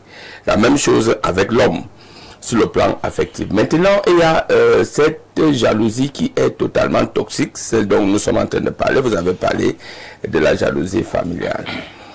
Pour bien comprendre ce que c'est que la jalousie, les effets négatifs de la jalousie, il faut avoir été jaloux. Et j'ai dit, nous tous, on a été jaloux à un moment donné. Oui, bien sûr, je dis on est né jaloux. Et quand on est jaloux, on ne se rend pas compte que c'est toi qui souffres le plus. Ouais. Alors, si je suis jaloux, moi j'ai vu, moi j'étais au village, il faut dire que c'est ma grand-mère qui m'a élevé, donc j'étais très pauvre, ma grand-mère était très pauvre. Mais elle était catéchiste, donc elle avait une foi. Elle se disait, bon, ben, je suis son petit-fils que je veux arriver. Mais sauf que, quand Noël arrivait, vous savez qu'à Noël, au village à cette époque, les plus aisés mangeaient le poulet avec du riz. Et puis, les enfants avaient les tennis. Mais nous, on avait les babouches. Vraiment, quand vous arrivez à la messe, tu regardes ton cousin. Vraiment, ça faisait tellement mal. Mais sauf que, il était tellement content, mais toi tu souffrais et tu n'arrivais pas à suivre la messe. Et ma grand-mère, lui, avait observé cela, qu'à chaque fois, j'étais triste les jours de Noël. Alors, ma grand-mère m'appelait un jour, me dit, Lucien, je vais te dire, tu vois ton cousin sinon? Oui. Dans 20 ans, c'est lui qui va t'envier. Parce que lui, il ne part pas à l'école. Mais moi, je te demandais d'aller à l'école. Un jour, tu auras plus que les tennis. Tu n'auras plus que ça. Donc, ça ne sert à rien. Donc, je reviens. C'était la bénédiction. Oui, c'est que le docteur a dit, un problème d'éducation. Et c'est là où je ne suis plus jamais devenu jaloux. Alors, qu'est-ce que moi je suis devenu aujourd'hui? C'est que si je vois Perfecto, comme vous êtes très fort au niveau du journalisme, je commence à vous regarder. Je commence à m'exercer comme vous faites. Et c'est comme ça que j'ai commencé à faire les débats. J'aimais les gens comme j'aimais quand, à chaque fois que le président Biya, par exemple, faisait le discours, je mémorisais le discours et je le prenais. Quand je voyais les Sarkozy faire les débats, quand je voyais les Mitterrand, c'est-à-dire j'ai commencé, donc je commençais à les imiter. À les imiter. Vous apprenez. Vous apprenez. Oh oui. Comme aujourd'hui, avec mon directeur général, je ne veux pas prononcer le nom, j'ai deux personnes qui me fascinent au niveau de ma direction générale, mon directeur général, qui est un homme pragmatique. Il est d'une rigueur et d'une projection incroyable. J'ai commencé à l'imiter, à faire comme il fait. Et petit à petit, j'apprends. Et il y a aussi une dame qui est chez nous, elle est chef de projet, elle est très forte. C'est-à-dire, à chaque fois, je n'ai pas honte de prendre mon calepin et de lui dire, je n'ai pas bien compris. Quand on était, explique-moi un peu, elle m'explique, et j'ai commencé à apprendre. Et c'est comme ça que j'ai commencé à maîtriser la sécurité sociale. Que de la jalousie. Que de la jalousie. Mais, combien sommes-nous pour faire ça? Alors je dis, au niveau familial, comme vous avez dit, c'est devenu pire. Ah oui. Parce que, est-ce que vous imaginez, moi je suis victime là. Moi aujourd'hui, bon ben, j'ai dit je ne peux pas mettre, je ne suis pas ministre, etc. Donc quand j'ai un peu les moyens, je crée des petites sociétés pour mettre mes frères. Mais ce sont vos propres frères qui vous ruinent. Et comme le docteur a dit, j'ai un qui est vraiment en train de me ruiner là présentement, a dit que... C'est sûr que sur l'émission. Hein. Oui, je l'envoie faire un certain nombre d'émissions qui finissent de bouffer l'argent, comme on peut dire au quartier. Mais quand nous asseyons, on dit pourquoi tu as... Il dit que j'assume. Ok. Tu assumes quoi? Comment tu assumes? C'est pas possible. Il préfère peut-être que je pète. Vous voyez donc à quel niveau. Et vous imaginez, comme mon frère Rodrigue disait, quand il peut quitter ce stade, c'est des gens dont tu peux confier quelque chose. Et immédiatement, il te tue. Et là, j'ai pris un cousin pour dire les effets de la jalousie. Il me conduit la voiture. Je garde, quand j'ai un peu d'argent, je mets dans ma malaria parce que j'aime toujours marcher avec un peu d'argent, quelque chose peut vous arriver. Mais je ne comprenais toujours pas la comptabilité. À un moment donné, je commençais même peut-être un peu à accuser ma femme. Mais c'est sa copine, dernièrement, qui a dit à un ami que moi j'ai le chauffeur de ce monsieur-là. Mais il ne sait pas comment il a tout l'argent. Il est bien parce que son chauffeur vient tout me donner 100 000, quand il sort 50 000. Et maintenant, j'ai même déjà 1 million dans les caisses. Incroyable. Et ce monsieur a démissionné il y a 2 semaines. Comme ça, il dit... Un cousin. Il démissionne parce qu'il me dit, bon, mais écoutez, il était malade, je ne lui ai pas demandé comment tu vas. Il dit que je suis pas homosexuel pour te demander comment tu vas. C'est quoi, toi, tu demander comment tu vas? Je peux demander ça à une femme. Donc, vous voyez les effets pervers de la jalousie. Et cette jalousie-là, quand au niveau familial, vous avez les problèmes de terrain. Vous arrivez au village, vous voulez même construire une maison sur un terrain qui n'est même pas exploité. C'est là où vos cousins viennent dire que non, c'est notre arrière-grand-père qui avait pour vous chasser. Et ça devient vraiment toxique. Et je vais encore dire là où pour chuter. Là où c'est pire, c'est dans la recherche des postes de responsabilité. Là alors c'est la magie. Quand vous pouvez jalouser un ministre, c'est le chef de l'État qui nomme un ministre. C'est Dieu qui donne ce pouvoir. Et si vous n'arrivez pas à être nommé parfois ici, vous voyez à quel niveau, à chaque fois que 17h arrive, vous commencez à maigrir. Parce que vous attendez qu'on va appeler votre nom. Et la jalousie là va faire, vous commencez à méditer sur ce ministre, à raconter des choses qui sont toxiques, totalement irréalistes. Je dis, la jalousie est pire même que le poison social. Je crois que aujourd'hui, le premier phénomène de la mortalité au Cameroun, pas de la jalousie. Il faut vraiment y réfléchir. Et ce thème est tellement important qu'il faut amener les psychologues, il faut recommencer. Même les élèves maintenant, dans les salles de classe, la jalousie part du fait que, je vais vous dire, et ça revient sur le premier, l'équipe aujourd'hui, quand tu entends que on a pris, les élèves sont partis faire la partout, c'est que il avait sa copine, et peut-être il a commencé à jalouser une certaine fille, ils organisent quelque chose qui est terrible. Aujourd'hui, à notre époque, ça n'existait pas. 20 filles et 10 garçons qui font la partouze. Dans une salle. Ça n'a pas de jalousie qu'on ne peut pas se dire. Cette situation, on ne peut pas se révéler soi-même. Alors, mais je finis par dire, je conclue. Est-ce que vous savez que même au niveau de vos débats, quand vous invitez vos copanélistes, parce que, bon, tous les dimanches, je ne suis que vous, quand je ne suis pas invité, mais il y a certains qui sont même jaloux des autres parce qu'ils peuvent mieux analyser une situation. Et comme le docteur a dit, regardez un peu certains indices. A dit quand quelqu'un est jaloux de vous, à chaque fois que vous voulez prendre la parole, il vous coupe. À chaque fois que vous voulez dire quelque chose, il dit que tu le connais bien. À chaque fois même, on te connaît où? Moi j'ai vu, j'ai vécu ça, il n'y a pas déjà longtemps, vous avez avec le professeur. Donc, vous voyez, on a des cas comme ça. Donc si vous voulez voir les jaloux, ils sont là. Parmi vous, même quand vous les invitez. Alors mais je dis non, mais pour mieux vivre, si vous arrivez à dépasser l'étape de la jalousie, que vous n'êtes plus jaloux, je vous jure, vous avez dominé le monde. Merci. En passant la parole à Cyril Tchamba, je suis en train de rire parce que comme nous sommes au quotidien au niveau de cette modération des débats, il m'est arrivé de voir comment ça se manifeste sur un plateau. Moi, je le vois tous les jours. Même ma manière d'accueillir les invités. Tu vois, j'accueille un invité l'autre invité en face est déjà jaloux. Il estime que c'est mieux accueillir l'autre que lui. Et sur le plateau, ça devient un problème. Ça devient un problème. Alors, Cyril Tchamba, nous parlons de cette jalousie qui s'apparente de plus en plus en poison social. Quelqu'un sur le plateau pense que c'est pire que du poison. Comment faire? Est-ce que nous pouvons lutter efficacement contre la jalousie et naturellement contre les jaloux, les jalouses? Ben, vous savez que la jalousie, ça naît d'un complexe. Les gens sont généralement, par nature, on a toujours des complexes vis-à-vis des autres. Celui-là a un grand nez, j'ai un petit nez, il est plus grand, je suis plus petit, etc. etc. C'est le premier cas de jalousie, de la nature même, qui fait que nous naissons, certes des humains égaux, mais nous sommes différents parce que la nature nous fait différents. Mais la société camerounaise a... Vous dites bien, parce que quand on écoute tous les panélistes, on se rend compte que dans vos propos, il y a une évolution, une augmentation de ressentiment de jalousie. Tout à fait.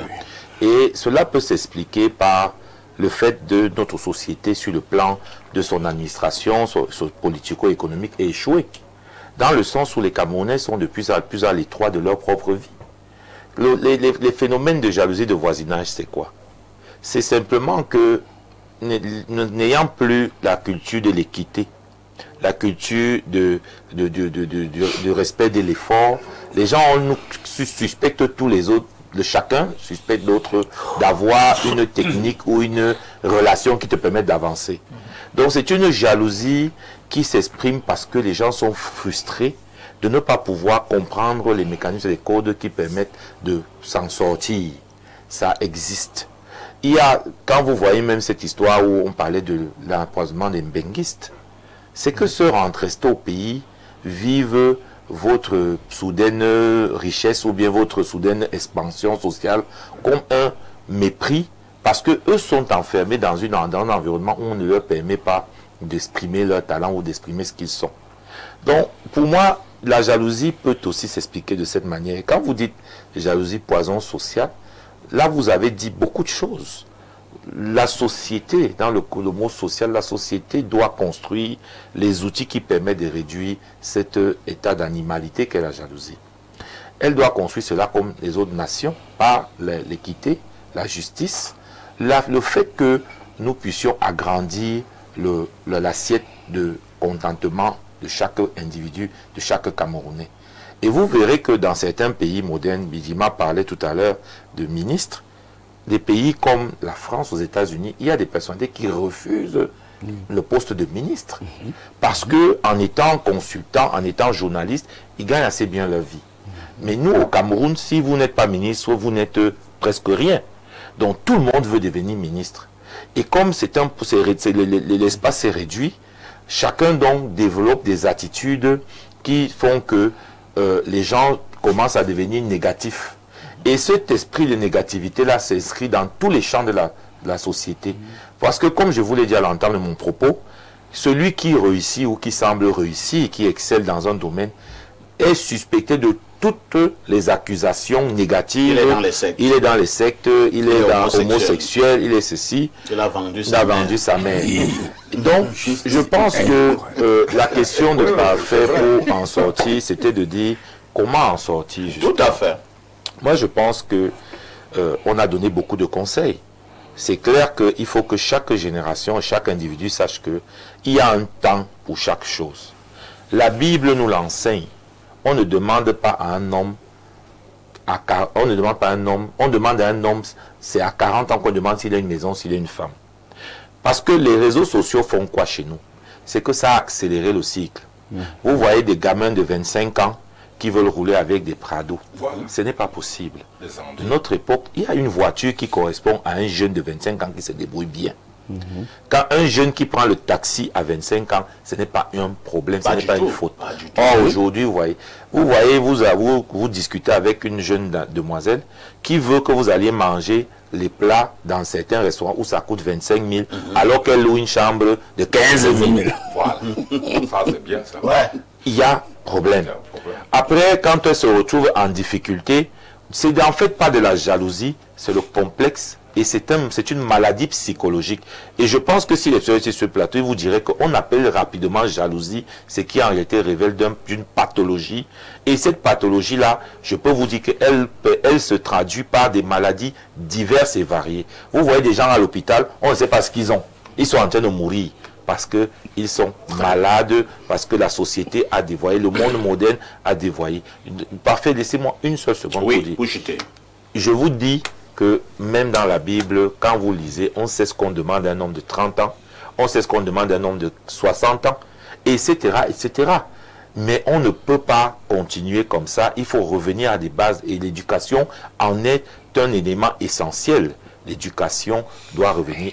Et Lucien Bidima l'a dit, sa grand-mère l'avait sauvé en lui disant, sois patient, un jour ton tour va arriver. Et effectivement, son tour est arrivé. Voilà. Alain, donc, comment combattre la jalousie? Avant d'y arriver, parfait, la jalousie peut être considérée comme un sentiment humain nourri par un triptyque. Le premier triptyque vient de ce que l'on se met la pression pour avoir l'exclusivité en ce qui concerne la possession. C'est mon époux, par exemple, c'est ma femme, donc je le veux, je la veux en exclusivité. On peut devenir jaloux, je pense que Lucien l'a évoqué tout à l'heure. Deuxième élément, c'est la rivalité, la compétitivité. On est toujours en train de se mettre en rapport de comparaison avec les autres. On veut à tout prix démontrer qu'on est meilleur que les autres. On veut à tout prix être au perché, être sur le piédestal le plus élevé par rapport aux autres.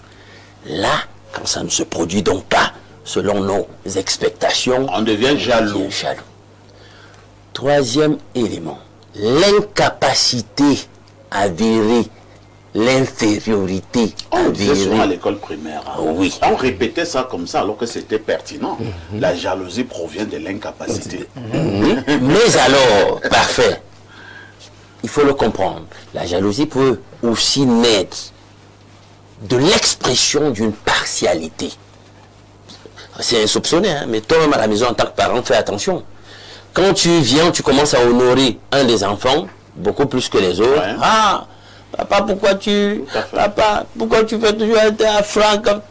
Ça commence. Faut éviter Tout à fait. de nourrir soi-même la jalousie au travers de la partialité, la non-équité. Bon, c'est un sentiment humain, j'ai dit, mais on peut le domestiquer, on peut le dompter. Et c'est donc l'exercice auquel chacun de nous doit se livrer. Or, beaucoup, c'est-à-dire que dès qu'il naît, ils le nourrissent. Et du coup, ça arrive à être le poison social que nous décrions sur le plateau aujourd'hui, avec les corollaires que nous connaissons. Empoisonnement, sabotage, messe basse, commérage de tout. C'est grave, hein? Vous savez qu'en français, le masculin de commère n'existe pas, mais dans notre société aujourd'hui, en raison de la jalousie, même les hommes font des commérages. Les hommes sont des commères. Parfois même plus que les femmes. Plus que les femmes, en raison de la jalousie. Parce que là, il faut qu'il devienne toxique, il faut qu'il intoxique ta vie, il faut qu'on te voit autrement, il faut qu'il change la réalité à ton sujet, il faut qu'on te déteste. Parce que lui, vraiment, il est rongé par la jalousie et il ne veut pas que tu connaisses le bonheur. Donc, du coup, il va canaliser les choses de telle sorte que l'image qu'on a de toi, c'est ta femme. Voilà, donc c'est un peu ça. Regarde, parfait. Je vais revenir à une histoire biblique, par exemple. Quand Jacob, dans la Bible, décide d'honorer un des derniers, Joseph, il lui donne une tunique bigarrée. Vous savez que dans la culture sémitique de l'époque, les atours, l'apparence personnelle était un élément de distinction. Donc, en lui donnant la tunique bigarrée, il affirmait que je suis en train de l'établir comme étant votre prince. Donc ça, j'ai compris. On se comprend. On sait ce que ça veut dire. Donc les aînés comprennent. Donc, le petit, tu l'établis chef sur nous. Et en plus même, c'est le fils de l'autre, la deuxième femme et tout. Donc, on devrait avoir les privilèges. On est les fils de la première femme, etc. Maintenant, l'autre élément. Le manque d'humilité peut être le ferment de la jalousie. Quand vous ne connaissez pas être petit, acceptez d'être petit.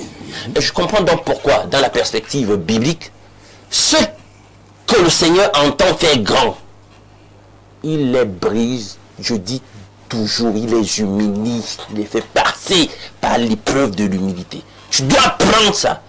C'est que quand tu as appris à être petit, que tu sauras aussi célébrer une fois grand, même ceux qui sont plus grands que toi. Ça ne te causera absolument pas de problème. Merci Alinou. On repart très rapidement du côté de notre messagerie. Bonjour parfait ici, le modérateur par excellence et à ton panel. Je salue la thématique de ce jour. C'est tellement alarmant. Le degré de jalousie qui mine actuellement notre société, ceci s'observe amplement à travers des empoisonnements, à n'en plus finir, des mariages détruits à cause des actes de jalousie des frères, la promotion de la médiocrité dans les entreprises, etc. La société fait peur, parfait. Cependant, que faire pour éradiquer ce fléau? Doit-on cesser d'être bon à cause du complexe de certaines personnes? C'est Marie-Leslie depuis Bastos qui envoie cette contribution. Elle pose néanmoins une question à la fin. S'il te plaît, dis au monsieur en chapeau blanc que je ne suis pas jalouse de lui. Je l'aime au contraire. Et tu as déjà une admiration. Répondu. Parfait. Moi, je ne suis pas jaloux, je t'admire. Quand on dit qu'il lui il a deux trucs, il mangeait. Le fait qu'une femme puisse dire à Rodrigue qu'elle l'aime, on ne doit pas être jaloux. Jaloux de tu es jaloux de On n'est pas jaloux de donne beaucoup d'efforts. Bonjour parfait. Au sujet de cette thématique, la jalousie peut effectivement être un poison social, car elle peut détruire les relations, créer des tensions et même conduire à des comportements destructeurs. Elle peut naître de l'insécurité, de la peur de perdre ou du sentiment d'infériorité. Dans les relations sociales, la jalousie peut mener à des conflits, de la méfiance, de l'isolement, des comportements manipulateurs. Mais la jalousie peut aussi être un signal d'alerte et qui pousse à communiquer et à travailler sur ses relations. Ça dépend comment on la gère. C'est Wilfried Kelquois, promoteur de la Kedewa Design Art depuis Berthois. Merci. Merci également pour la pub clandestine. Un autre message, très belle thématique, monsieur Parfait ici.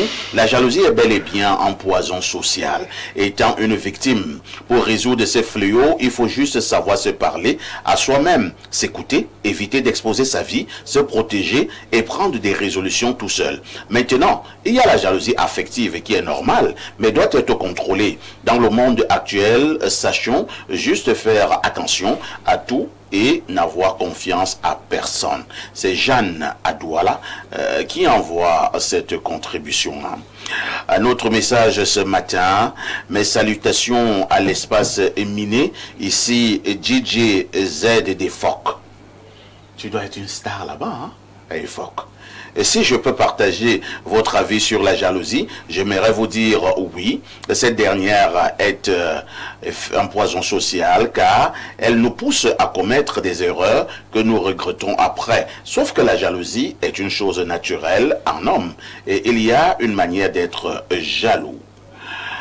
Un autre message, bonjour. À vous en studio. PA, une petite parenthèse pour la fin de l'émission hier. J'étais au sol au point de revoir la rediffusion. Maintenant pour la thématique du jour. Je pense que la jalousie c'est un peu comme un feu.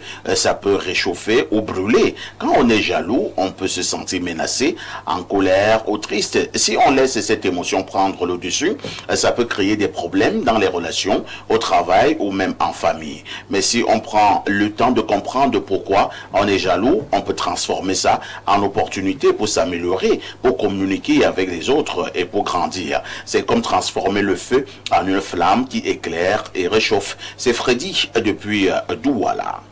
Bonjour Perfecto. Et là, c'est un message du plus 44. Il s'agit de l'Angleterre. Hein. Bonjour Perfecto. La jalousie est véritablement un poison social, mais c'est à chacun de tuer ces sentiments destructeurs qui vit en chacun de nous. Soyons humbles et s'accepter dans toutes les situations, et la jalousie n'aura pas de place dans notre quotidien. Docteur Walter Shaw, lorsqu'on est victime de jalousie, comment on devrait se comporter en société? On devait se retirer des gens qui sont jaloux, après avoir les détectés. Parce que quand vous êtes entouré de jaloux, vous n'êtes pas loin de la tombe. Ah bon? Bien sûr. Les jaloux maintenant effacent à travers. Vous n'avez même pas parlé du poison blanc. Il y a l'autre qu'on appelle le poison blanc. Le poison blanc, c'est quoi? C'est quand vous arrivez quelque part, on vous passe à boire et on vous sert avec un verre. Et la serveuse vient, elle nettoie avec le mouchoir. Quand elle nettoie, ça colle sur les murs du verre. Les parois. Oui, et quand vous prenez, c'était bon. Donc on peut passer par la serveuse? Bien sûr. On peut corrompre la serveuse avec le poison blanc. C'est ça qui est même dehors maintenant. Et ça prend que les grandes personnalités, les gens qui ont un peu. Le cyanure? Voilà, bien sûr. Donc ton émission, si c'est aussi à éduquer beaucoup de gens pour qu'ils soient prudents et sauver les vies. Donc si vous arrivez quelque part, si on vous sait, si vous avez des redoutes, ne prenez même pas le verre. Sauf si vous connaissez bien l'endroit, vous buvez comme ça. Comment faire pour éviter la jalousie? Il faut accepter soi-même que ton niveau, c'est ton niveau et que Dieu va te donner le reste après. Et faire confiance en soi-même, ça c'est la première chose. La deuxième chose, il faut écouter personne, n'écouter pas les gens. Il faut être discret. Parler peu, mais écouter. Il faut beaucoup écouter parce qu'on est parfait ici, je finis par là. Si je n'ai pas des informations vous concernant, ce n'est pas jaloux, vrai ou faux? Vrai. N'exposez pas vos vies privées. Il y a des gens que sur la toile, ceci, tout est déjà sur Facebook. Tout est déjà sur Facebook. Votre vie, vous exposez votre vie sur Facebook. Votre vie privée sur Facebook aux gens. On vous dit bonjour, vous avez déjà raconté toute votre vie. Pourquoi on ne sera pas jaloux? Il ne faut pas, vraiment, soyons prudents, ne parlons pas trop. Soyons discrets. On dit que si tu vis dans la discrétion, tu vis seul, tu vis heureux. C'est comme ça qu'on dit en anglais. A man who enjoys alone enjoys the whole life. Merci. Rodrigue Adalbert Evina, en milieu professionnel, quelqu'un me disait en préparant cette émission qu'ils sont nombreux qui sont maintenant dans les cimetières parce que la jalousie a fait en sorte que les collègues ont eu raison de lui. Bien entendu, parfait. La personne qui développe un sentiment de jalousie s'empoisonne elle-même. Donc, ce sont des gens qui se brûlent à petit feu. Je crois que le secret se trouve dans l'effort personnel à pouvoir se développer sans avoir besoin, voilà, de ressentir de l'amertume pour le bonheur des autres, pour la paix, voilà, qui fait le quotidien des autres. Je ne serais peut-être pas d'accord avec le docteur Showalter. Vraiment, si Dieu me bénit, je vis pleinement ma bénédiction. Vous voyez un tout petit peu. Mais maintenant, si la jalousie vous heurte et vous ronge contre Evina, mais mourrez. Il y a trop de terre dans laquelle on peut enterrer des individus en réalité qui ne sont pas utiles, en fait, qui sont toxiques, des individus en réalité qui sont la cause principale du changement climatique dans le monde. C'est-à-dire qu'il y a des gens, il fait chaud dans le monde parce que c'est une personne. Ouais, un tout petit peu. Le monde est mal parce que en réalité, vous n'allez pas vous cacher. Donc moi, non, je ne peux pas me cacher et je suis prêt à restreindre mon bonheur à mon niveau. Je ne le partage pas avec vous. Et je le fais vraiment de façon radicale. Si je me rends compte, que ce soit en famille, en entreprise, quand vous êtes toxique, si j'étais à la place de M. Bidima, mais je me remettrais les phares seulement à mon niveau. Bien sûr, vraiment, je viens au bon milieu du village, je construis la maison là. Le seul forage du village, c'est le mien. Le goudron s'arrête là où je suis. Et puis brûler, mourir de jalousie. Donc non, je pense qu'à un moment donné, on ne va pas vivre comme des rats et des souris parce que les gens ne sont pas contents du bonheur des autres. Je suis d'accord avec le grand frère Tamba sur le plan de la gouvernance et de manière générale. Créons une société qui permet à tout le monde de pouvoir s'épanouir. Parce que les gens aujourd'hui deviennent inconsciemment des sorciers en devenant jaloux. Simplement parce que la société ne leur permet pas facilement de pouvoir accéder à un certain nombre de facilités et de faveurs. Donc, merci. C'est ce qu'on peut dire. La jalousie, elle tue. C'est un poison social. Et je pense qu'il faut que tout l'ensemble de la société s'y penche. Perfecto, bonjour. La jalousie est un sentiment profondément humain et commun à tous. C'est le désir de posséder ce qu'autrui détient. Cependant, c'est l'utilisation de ces désirs qui peut faire la différence. Pour des personnes sûres d'elles et confiantes, elle est une source de motivation, un élément d'upgrade de sa personne. Par contre, pour les autres paresseux et consorts, elle devient pathologique et est une source de haine, de mécontentement profond, poussant parfois à commettre moult actes nauséabonds. L'état social du Cameroun est un facteur aggravant de la chose. Le fait que certains aient l'exclusivité de prospérité provoque de graves ressentiments, une haine d'autrui et une mystification de la prospérité. Arsène est tamé depuis l'école de poste. Malheureusement, hier, je n'ai pas pu suivre la deuxième partie de l'émission de Jeudi Spiritualité parce que le direct sur YouTube s'est coupé. Je n'ai donc pas pu taquiner mon ami Alain Douk. C'est peut-être parce que tu voulais jamais le taquiner. Alors, bonjour à vous parfaits ici et au panel. La jalousie, un poison social. La jalousie est bien plus qu'un simple défaut. C'est un poison lent qui ronge les liens humains. Pourquoi? Elle tue l'émulation au lieu de s'inspirer de celui qui réussit. On cherche à le descendre. Résultat, les talents se cachent, l'excellence recule. Elle divise famille, amitié, collègues. La jalousie crée des fractures là où il devrait y avoir de la solidarité. Elle installe la médiocrité quand réussir devient suspect. Plus personne n'ose sortir du rang. La société stagne. Elle fait souffrir. La jalousie se cache. Le jaloux se ronge. Personne n'en sort gagnant. En bref, la jalousie est un poison parce qu'elle détruit ce qu'elle ne peut pas atteindre. Une société qui veut avancer doit apprendre à célébrer la réussite des autres, pas à la haïr, car le succès de l'autre n'est pas une menace, c'est une preuve que c'est possible. C'est Chiminga Steve, Daniel Freddy, étudiant, essayiste et citoyen engagé. Lucien Bidima, est-ce qu'on n'avait pas peur d'un autre phénomène au Cameroun? Il s'agit de quoi? On a la nette impression qu'aucune réussite n'est plus normale. Oui. Toute réussite est une réussite diabolique, satanique, ainsi de suite. Est-ce que ce n'est pas toujours une affaire de jalousie? C'est une affaire de jalousie. D'ailleurs, je suis victime de ça. Je ne sais pas combien de fois on m'a dit que je suis dans les sectes. Comment tu parles les gens? Voilà, et alors, mais ce que j'ai décidé, c'est qu'au village, j'ai commencé à construire au village. Et je vais, si Dieu me donne la vie, avant de ne pas m'arrêter, je vais construire les maisons à tous mes cousins. Tout. Ils sont peut-être autour de 4 ou 5. Et je veux vous dire quelque chose. Ah non, on construisait même les maisons à ses cousins. Attendez. Ça ne change rien. Non, quand la société. Non, quand ils sont en train de dormir là, ils sont en train de dormir là, étant jaloux, ils vont plus souffrir. Je veux faire comme le président Biya.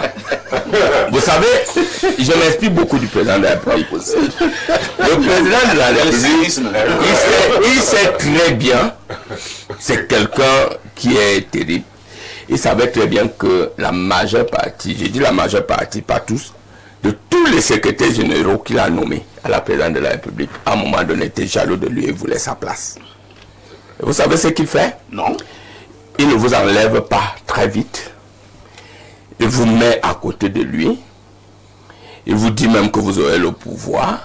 Vous le voyez exercer, vous commencez à souffrir, à attendre votre heure. Il vous dit même le jour que vous allez prendre ce pouvoir-là, jusqu'à ce que votre jour arrive, vous tombez et vous partez en prison. C'est ce que le président a fait avec certains SGPR. Il vous a laissé vous-même dans la jalousie. Vous voulez être président de la République à sa place. Il vous a pris des rien, mais il vous met à côté de lui. On vient lui dire, monsieur le président, si lui s'il veut ta place, il dit non, laisse. Il travaille même très bien. Il vous nourrit d'espoir. Il vous dit même qu'il va vous donner sa propre place. Jusqu'à ce qu'un jour, vous-même vous partez voler l'argent, vous tombez et vous partez en prison. Je vous dis, les trois cas, non, ce n'est pas, il faut les traiter comme ça, les jaloux. C'est-à-dire que quand ça ne va pas, parfois ici, comme vous avez beaucoup de gens qui vous jalousent et les gens qui vous aiment aussi, quand vous savez que quelqu'un, moi, c'est ce que je fais.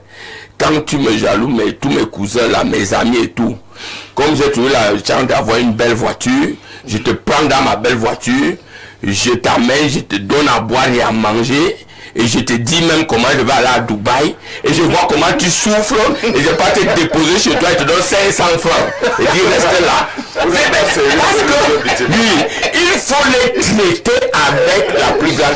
Parce que un jaloux, parfois ici, il n'y a rien que tu puisses donner à quelqu'un qui est jaloux de toi et te laisser tranquille. Ah ouais. Tu lui donnes ta femme, tu lui donnes ta maison, tu lui donnes tout, il sera toujours jaloux. Parce que tu vas faire comment, Rodrigue Beau, tu vas faire comment pour arracher sa beauté. Donc, même s'il te donne tout, tu seras toujours jaloux de lui.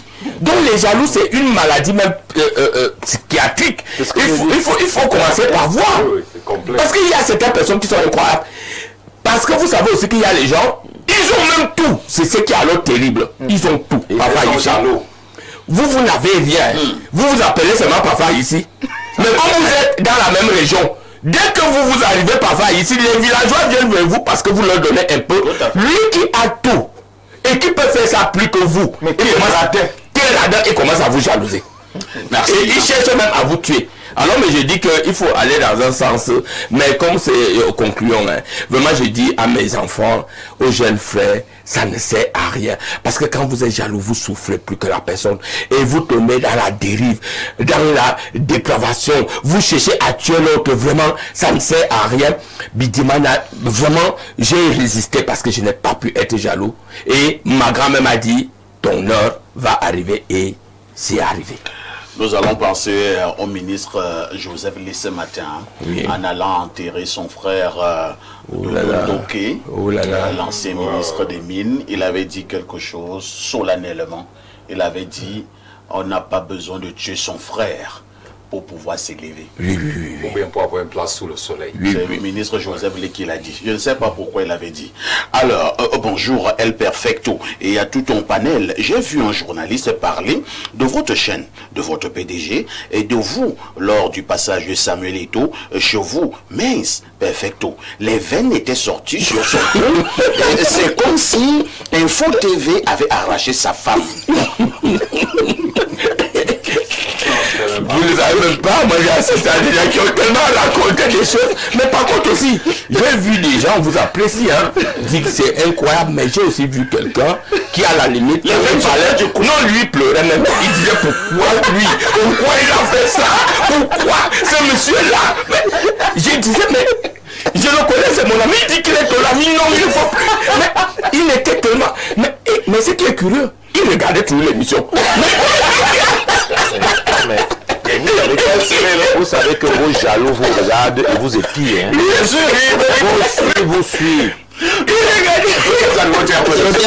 C'est terminé.